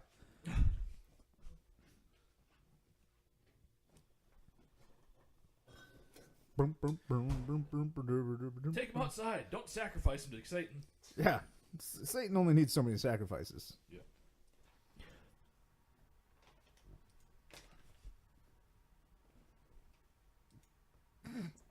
All right, maybe. Maybe. But so we've only got a little bit of time left, but we decided that since we're having the triple that Steve brought us last year, we should also have the quad. Supposedly one of the last bottles of it. Yep. That's from last year at least. It's And like you- the you're- last you're- 2017 quad. Yeah, you were mentioning that people come in every now and then being like, hey, you got that quad? And you're like, no, we made it 8 months ago. Yeah, exactly. Like people constantly ask for this one. And I'm guessing they'll probably brew it again because it was so popular. But at the same time, it was such a weird collaboration because the brewmaster got a bunch of Pinot Noir grapes from like Oregon from one of his buddies. There he is. And it was just sort of like, oh, we have this stuff. Let's make this beer and bottle it. And it wasn't, I don't know. I don't know if they saw it as a long-term thing, but I guess we'll see. James, you had some rather fond words. We did some podcast magic to get this in our glass. Yeah. Oh my god. First of all, this is amazing. What's going on here, by the way? John the DeHart beer in or a the black movie? Tank. Yeah, the beer or the movie. Both, yeah. actually. Okay. This is, Steve, legitimately one of the best beers I've ever drank in my life. That's what I do. I promise you. I told you guys. I said I'm going to bring the best beer. I'm going to bring the best movie, best Yeah. podcast. I'm glad we have what I saved do. this to Yeah. drink this now just so we could get that Pinot Noir factoid All right. about it. So we may have had a glitch in synchronization, but right now John DeHart is punching the crap out of Normad. Now he's In slow motion. slow motion. Stab. Oh, Made him stabbed stab him with himself. his Satan knife. Womp womp. Is this holding a box cutter All now? I wanted was my stapler. Yep. Bonitis. Bleh. That's the did he best. say there? There's- That son of a cut? bitch. There's so many just like son of a bitch, just like statements, not like exclamations or Yeah. Son What of a is bitch happening uses here? punctuation. I like the shot of someone with a small fire and then a piece of glass held up in front of it to give Yeah. the illusion of the place setting on fire. Which, just as a reminder, it set on fire because reasons. Yeah, It's not yeah. really. It's not very clear. Yeah. some of the many candles in the Church of Satan set it on Right. fire. But whatever. So is that just John DeHart escorting Wings just Yeah. totally inebriated to the car Yeah. just like Yep. normally? Yeah. Well, He Wings, just Not picked him up part, from not the as part of the movie, just Wings helped him out. So. yeah. With this jacket. Oh. So let's talk about his Canadian tuxedo, which is really an American tuxedo because it's a denim on denim combo with an American flag. Yep. Sweet Jeebus. But damn, this beer. It's really good. I would call it like the John DeHart of beers if I had to really just kind of encapsulate what it's all about. Right, Written, right. produced, and brewed by John DeHart. Yes. So I know this shot is supposed to make it seem like the nun has her hands in her like. Habit. It just makes it look like she has giant boobs. That are at her Giant belly button. saggy boobs. Yeah. The way she delivers it is very Yeah. porn-like. Please give me a ride back to the hospital. Not even that. She delivers it like she's Siri. Yeah. I wanted to pull out a Not knife from and be porn, like, but the iPod. you I Please, will, who's? you Tell me will who's? take me back to the hospital. Switchblade Nun. I'd make that movie. Yeah, Switchblade Nun. Hey, say what you want about John DeHart. He doesn't skimp on his bouquets. No. Yeah, it's a generous arrangement.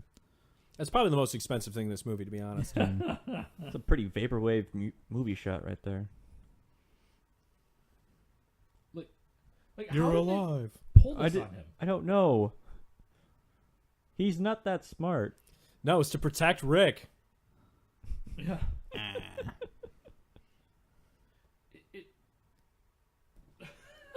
No idea. No, I can't believe you're I alive. wouldn't have had to get even if I knew you weren't dead. Right. Let's go shoot 17 more nude scenes in a hot tub. With music composed, written, and recorded by me. Mhm.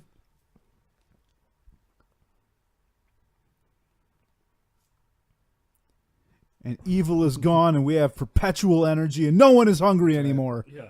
I murdered everyone and committed arson. I killed 17 people. Also, why are you not wearing a hospital gown? Right. This is not a tank top hospital. Right. It's L.A. He murdered all those people and then committed arson. And there's no question as to what happened. apparently. Give me that. Shimmy slide. Huck Finney. What a Finney. movie. Huck Finney. So you asked if he was cosplaying Huckleberry Finn. Mm-hmm. His name's Huck Finney. Yeah, that's Right. Yeah? And he Now, I did references not- I did Huckleberry not- Finn in the pool when he's drunk and like, rambling. What did he do? He went up the river with a slave. Slave! That's I was waiting for him to drop the N-word there. yeah, Right. yeah. Would not I- have do Do you been like how surprising. the credits change too? Yeah, so it's it's just like a weird. line left, a line Yeah, right. Oh, beautiful. Beautiful. Yep. Hearing judge. Okay. Okay, so that's like a person, not like a job. Yeah, your hearing's pretty good. Next. Yeah. Yeah, your hearing. Also good. I like how we're being treated again to shimmy slide as we do this. I mean, really, I feel like they should treat us to the shimmy slide at all time, like just constantly. It should just be playing in the background. I feel like people who have this enormous lack of self-awareness are sociopaths just waiting to kill someone. That's how I feel about people like this. Yeah, it's again, John DeHart. It's a very special man. He believes he is the second coming of Jesus Christ, Right? in lawyer and filmmaker form, and Oof. thank God that he was able Well, to make this masterpiece. This goes to something interesting James was talking to us about before we recorded this. Is you were like, oh wow, it's really great. This guy made this movie. It's terrible, and distributed it. Mm-hmm. Yeah, because when I was first watching, I was like, props to somebody for doing all of this and then sending it out. And then Steve mentioned the ego that came along with it. Right. Yeah. No, Which the kinda ego, ruins the it ego all. is what makes it. Like, you can't make this movie unless you have the world's biggest ego. He told me that he felt like it was better than Die There Hard. was apparently a script supervisor. I don't believe that at all. Yeah, I don't know. And look at her name. Her name is Trish Do Denaro. Like, that's a made up name. Yeah, that's not real. No, absolutely not. There's no script supervisor whatsoever. I don't know what she would be supervising. Although I guess there weren't a lot of continuity errors, so maybe he had someone. Oh boy. But yeah, All right. like, you have to have a certain level of ego to make something just this audacious and stupid. Yep. And that's a very high level, to be honest. Like, High level. All right. certifiably high. So now we get to the Produced View by Again- John Oh, DeHart. well, Vocals the View by Again, John Brew DeHart. Again, produced by all John DeHart's section. So, View Again, Brew Again on this movie and the many beers we have drank. We'll start with James. Of the 4 beers we've had in this one movie, No, it wasn't even Okay. enough. Beer 1, which is the Saison. yep, cherry lime and salt. Brew Again, sure. I'm not going to seek it out. Beer 2, yes. Oh my God. I agree with Ryan. That's the El first- Roja. Yep. Tell me Roja. there's a stinger, Steve. That's the first beer from Jolly Pumpkin that I've actually liked. Okay. Beer 3, which is the Belgian quad or triple. Yes, I very much like that. I would wish that was more readily available around us. And beer 4, which is the quad. You've heard what I have to say about it. This is one of the best beers I've ever had. You'll kill someone to get some. Okay. It reminds me of the beer that Sun King made at Gen Con, which was the port barrel aged Oh beer, my goodness, that was That was so which good. was astonishingly good. Yeah. Not to Yeah. brag on Sun King, but I don't find Sun King's beers very. They're pretty. Was that? They're- Sorry, go ahead. They're not very remarkable. Let me put it that way. They're good, but yeah. but they're not remarkable. Yeah. That was a beer that I would seek out beyond anything. I Yeah. went back the next day and they were already out. Just Is to tell that you from how this good it was. this most This recent was from Gen this Con, most right? previous yeah, Gen Con. yeah. So Yeah. a little bit of interjection about Sun King is when Ryan and I went on the Brew Bus tour last year, Gen Con 2016, we stopped at Sun King. And they had a bunch of interesting beers. None of them were particularly that good. Right. But again, like that port barrel one was phenomenal. I asked if they were selling growlers of it or cans of it, and they're like, no. So No, Yeah, bro. because that was one that I wanted to bring home. That beer, I still like. For beers that are wine aged, I hold them up against that beer. Okay. That's It the was- beer I hold yeah. them up. That's the bar, and this quad stands up to that, in my opinion. Shit. Yep. The port, I personally like the port one a little bit better, but that's because I myself really, really, really enjoy port. So, but in like top 10 beers, both this quad and that port aged beer are in there. Okay. And I've noticed that wine barrel aged beers are becoming more of a thing. And I'm excited about that. I'm hoping that we're going to see some beer or some breweries kind of play off of the different types of wines that are out there. I think there's a lot of areas that you can really Sure. get of interest with. I hope they don't run down just like the beer or like the bourbon aged barrel phenomenon that's happened. It's and that's to just interject really quickly. That's something that is actually I'm finding a really delicate balance. Like Yes. you can screw Exactly. that up Exactly. really easily and just make a very unpleasant beer. Like I like a good bourbon. I like a good beer, obviously, but it's more the exception than the rule that I enjoy a bourbon barrel anything for beer. Yeah. Well- Sometimes you can just get beers that are just way, way too bourbony, and you're drinking a big, heavy, dense glass of bourbon. Yeah. Where it overpowers everything, but it sits on you heavy, like, because it's usually a stout or a porter or I something think like a that. good example of that actually is CBS, Canadian Breakfast Stout from Founders that we had. I would not have wanted more than that taster that we had of CBS. Sure, yeah. I mean, it was really good. Yeah. I really enjoyed it, and even as a good one, I don't ever see myself wanting a significant amount of it. Yeah. I agree. It's That's good for fair. tasting. Good for Yeah. tasting. Yeah, like a 3 or 4 ounce pour of bourbon barrel stuff, even as good bourbon barrel stuff, is about as much as I'm gonna want because it's so dense in so many ways. And that's for me. That's the thing that's really again comes to the very delicate balance of how much bourbon is in that beer. Like if you can get just a little bit of subtlety in the bourbon flavor there, but still be drinkable, then I'm going to want, a pint of that. But something like CBS, I agree that it's delicious, but I wouldn't really want much more than what was given to us, which was kind of just a double shot, really. I mean, I would like more than what we got. yeah, right. Well, guys, good news. I'm going to start my own brewery, since that seems to be the thing to do these days. Okay. And my Didn't know you first had that much beer capital. is going to be a Franzia bag aged Steel Reserve. Steve, I'll be first in line. Honestly, I would love to see a brewery just like mockingly make some kind of like, horrible bourbon aged beer. Well, I mean, Founders did make that malt liquor. Did you try that? Oh, DKML? Yeah, I that really like DKML. I'm concerned about you. No, dude, I love it. No. absolutely not. I think that would It be is really- that It's is good. a malt bomb. It's so That good, is though. it is no. Oh, yes, it is. No. Man, fuck you. I will die on that sword. I would It's so Okay. good. really love to see someone do that. Kind of just like make their like if Pounders took their like everyday pills or what is it called? Their PC pills. PC pills, yeah. and like dropped it into some like house wine barrels and just been like, this is our Franzia aged PC pills, and Dude, just kind Franzia of aged anything would be the biggest beer in the It would country. be Like, people would love it. just to be like a hilarious beer to kind of like mock themselves a little bit. Like I'd buy a little bit of it just to kind of enjoy in the concept of like laughing at ourselves a little bit for how ridiculous we all are about beer. I feel like there's a few craft beer or beers that I've seen that have been sort of poking fun at how ridiculous craft beer itself has gotten. Yeah, and I think But that needs to it's- happen. Oh no, for sure. Yeah. But we're not fully there yet. I think we're getting there, at least to that level. Oh, Like- in my opinion, we've surpassed it. That line's way behind us at this point. Yeah, but no one's really going out because of how much it would cost to actually make that beer. If if breweries were to do that, it would be a small batch, That's like fine. a Firkin. They only would sell in the Yeah, that's in fine. the actual. I just tap think room. it'd be hilarious to like Yeah. actually drop some PC pills into like Franzia and a Firkin and just be like, this is Franzia aged Firkin. This is a Boone's aged. Oh Yeah. my god. Oh, Boone's Aged Brown. Coming soon from Shorts Brewery.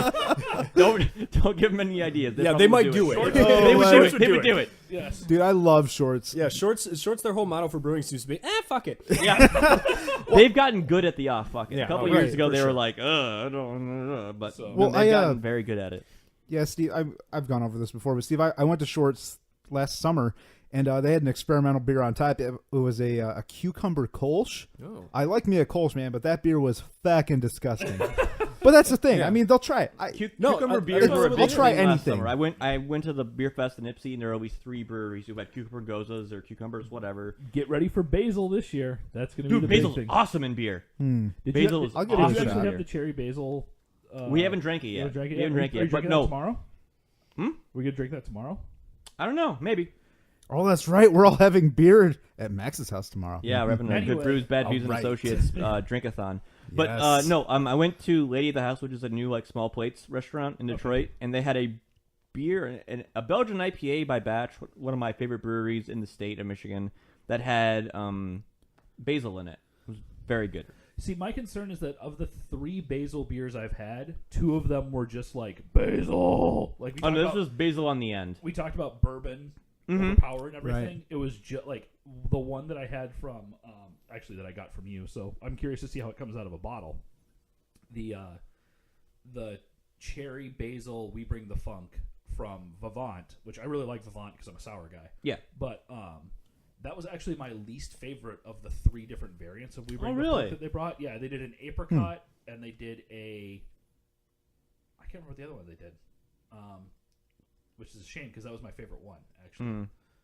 Couldn't have been that good. Yeah, no, I remember the Well, remember the flavor, 'cause they did- specifically, that was the one that Steph asked me to get for you. Yeah, and that's that. I mean, I like that was one where it's just like it's a sour that's just like sour basil. It's like basil. I hope you like basil because it's just all basil. Like you won't taste. I never tasted the cherries in there. Mm.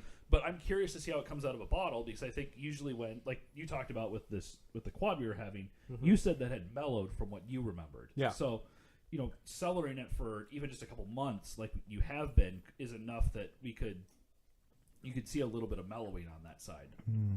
Because I went and got that in early. That was November, mid-November. Yeah, so 2 months is probably enough to maybe see some kind of change in it. Yeah, but, I mean, not as significant, but I'm curious. I'm really curious about it. God, I wish I remember what the other one was because I really wanted to.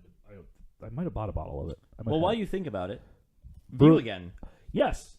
Yes. Just to torture people. Okay. Like that's Steve all that tortured needs to be us. said, I think. Ryan. I'm sorry. Before we go, this movie crosses that threshold of like so bad. It's a Troll 2 tier. It's like a Troll 2 tier movie. It really is a Troll 2 tier movie. It is just horrendous. But you can't get mad at it though. No, because it's like it's still, even with all the ego, like he's so genuinely trying to make this movie that like. How can you get mad at someone who does karate that poorly and then films it and then we get to watch it? Like, you can't get mad at him. Oh my god. That's about sums it up. Like, it's so bad that just to have the ego to release it and be like, this is a thing I made. Like, most people would be mortified the moment they watch this and wouldn't even show it to like their mom. They'd be like, "No, I accidentally put the videotape in the washing machine," right, or something like. I mean, if you're wearing '90s cargo jeans, yeah. This isn't that big with Junko. Yeah, this isn't actually my movie. I'm just holding on to it for a friend. Yeah, it's not mine. I swear. Yeah. So, Ryan, let's do brew again. So I liked everything we had today. My first and second beers. The Belgian Quad was really good. What was the actual name on this? The Quad. It's Les Trois Doctores. Bless Les you. Trois Docteurs. All right. Those are No, two that was doctors. real good. I don't Three think I had the doctors. response to it that James did, but this was I like this beer a lot.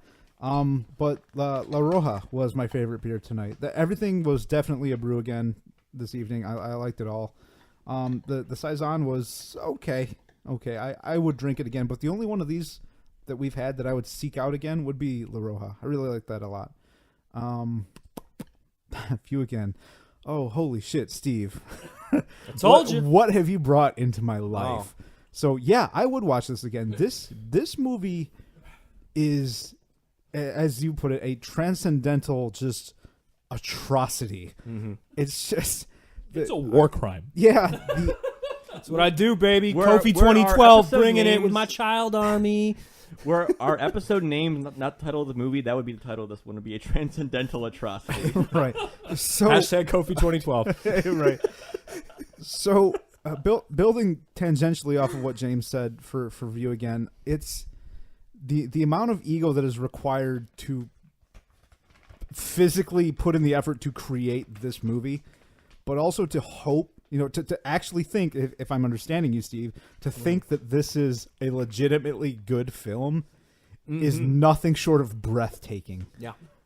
I mean, if I had done something like this with some friends to film and be like, hey, haha, this is some movie that we did because we were fucking bored. And a lot of drugs were involved, probably. Yeah, and it's fucking terrible. Haha, here it is. That's different.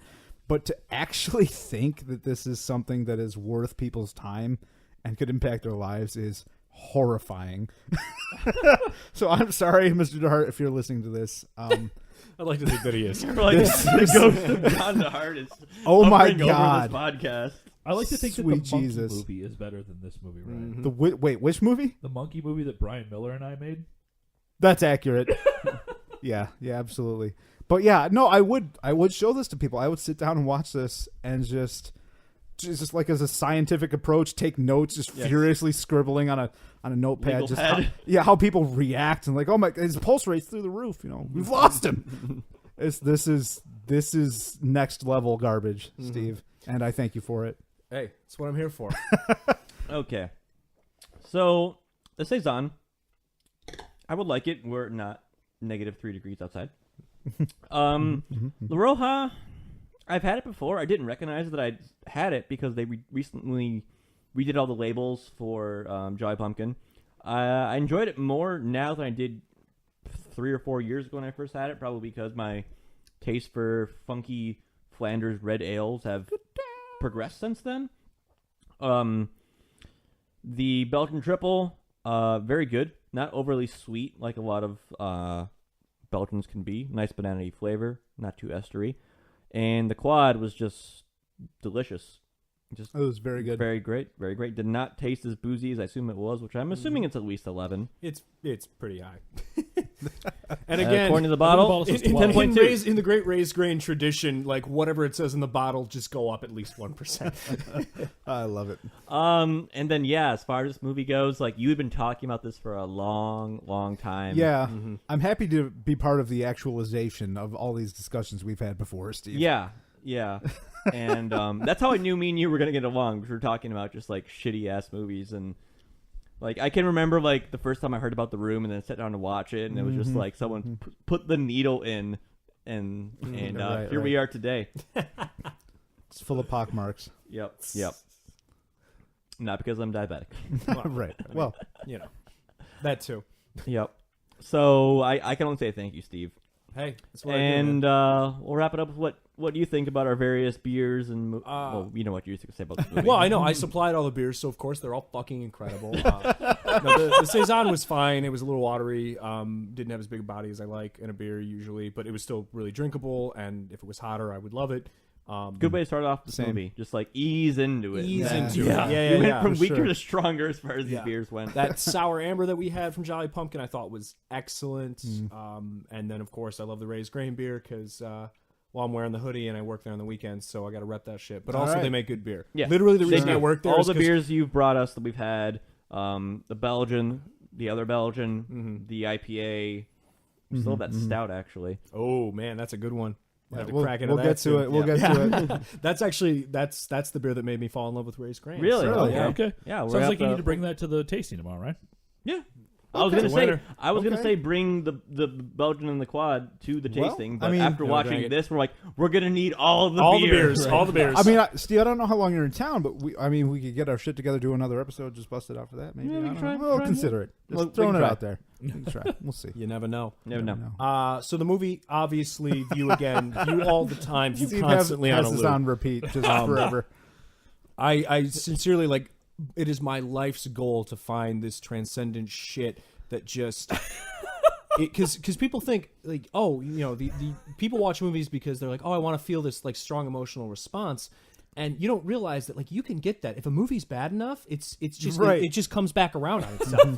And this is where this is. This is It's this weird Yeah, that's- euphoric Schadenfreude kind of thing. You It's- take joy in how bad it is. so there's incompetence. There's just like it's a technical disaster. Yeah, the train wreck effect. It's a complete train wreck, but at the same time, it's so goddamn sincere. And it drives me nuts when you have all these movies like Sharknado or something where they're just like, haha, we're stupid on purpose. Well, No. That's the thing. Sharknado 1. Yeah, exactly. Sharknado 1 was is okay. that. Yeah, But 2 but and after 3, that, yeah. no. Well, they're on They- 5 now. Yeah. But either So- way, like by Yeah. 2 they realize like, oh, this is Yeah. what we have. Yeah. This To is create what is something popular. truly great, I sincerely believe you cannot for a moment be even remotely self-aware. Yeah, right. It takes Yeah. a person Yeah. who thinks they are Orson Welles, and this is like if you look at Ed Wood, if you look at Tommy Wiseau, Neil Breen, John DeHart, all these people, they're all Coleman the same Francis. way. Yeah, they see themselves as like legitimate cinematic auteurs who are like creating great art, and they are creating great art because they're so fucking incompetent that they've like Right. subverted every single thing that we associate with good filmmaking. Right. And it's beautiful. And God bless John DeHart, and God bless Get Even / Road to Revenge / Champagne and Bullets / whatever he's calling it now. Oh, Steve. Wow. A little bit for Steve there. That's for Mr. Steve Cuff, everybody. I'm giving it the hard sell, baby. Right, yeah. Yep. I can't think of a better way to end this episode. Couldn't have been said better. Thank you for coming again. Yeah. Thanks Yeah, for having me, guys. I mean, well, let's quick plug. I mean, Steve Cuff of Optimism Vaccine. OptimismVaccine.com, yeah. So Optimism Vaccine is we're like plunging the dirty butt crack between the left butt cheek of popular culture and the right butt cheek of forgotten trash. So that's nice, Trademark. disgusting metaphor that I just created. Yep. Yeah, I want so on a T-shirt. we do a I'd podcast buy that. that you could check out. It's on iTunes. It's called the OpVacCast. We actually have it's like a whole podcast network of different shows. OptimismVaccine.com. We have all kinds of great articles. Yes. So if you dig this show, if you like craft beer, if you like weird movies, Right. just weird shit in general, Worth your time. we Worth your gotcha. time. We gotcha. You're also part of another project though too, aren't you? Oh, what am I? Maybe I am. Anga Kubaka? Yeah. Oh, yeah. I run a record label. Buy my albums. Angaku Baka, which Oh, means that's how you say it. music for idiots in Japanese. Sort of. We put it through Google Translate. Fucking We just need something. We needed something that was like literally like Googleable 10 years ago. Right. That's what we ended up with. Anyways, if you like weird psychedelic rock, that's what we specialize in. We put out albums by cool ass bands, and we do limited run vinyl and cassette releases. So check Nice. that out too. Very cool. Cool. We do it all, baby. Well, I think that wraps up another episode of Good Brews Bad Views. Thank you for joining us and enduring this almost 2 hours of nonsense. Oh, boy. As always, Forever changed. check us out on Facebook, Twitter, YouTube, our website on WordPress or Podbean. Subscribe to us on iTunes. Please rate and review us. Please send us your hate mail at goodbrewsbadviews@gmail.com. The hatier, the better. Yep. And as always, please watch And drink. responsibly. Adios. Good night. Bye-bye. And remember, do the shimmy slide.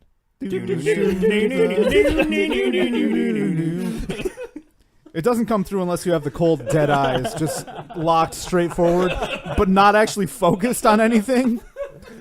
All right, everybody. I'm We're glad we out. all did the shimmy slide. Bye-bye.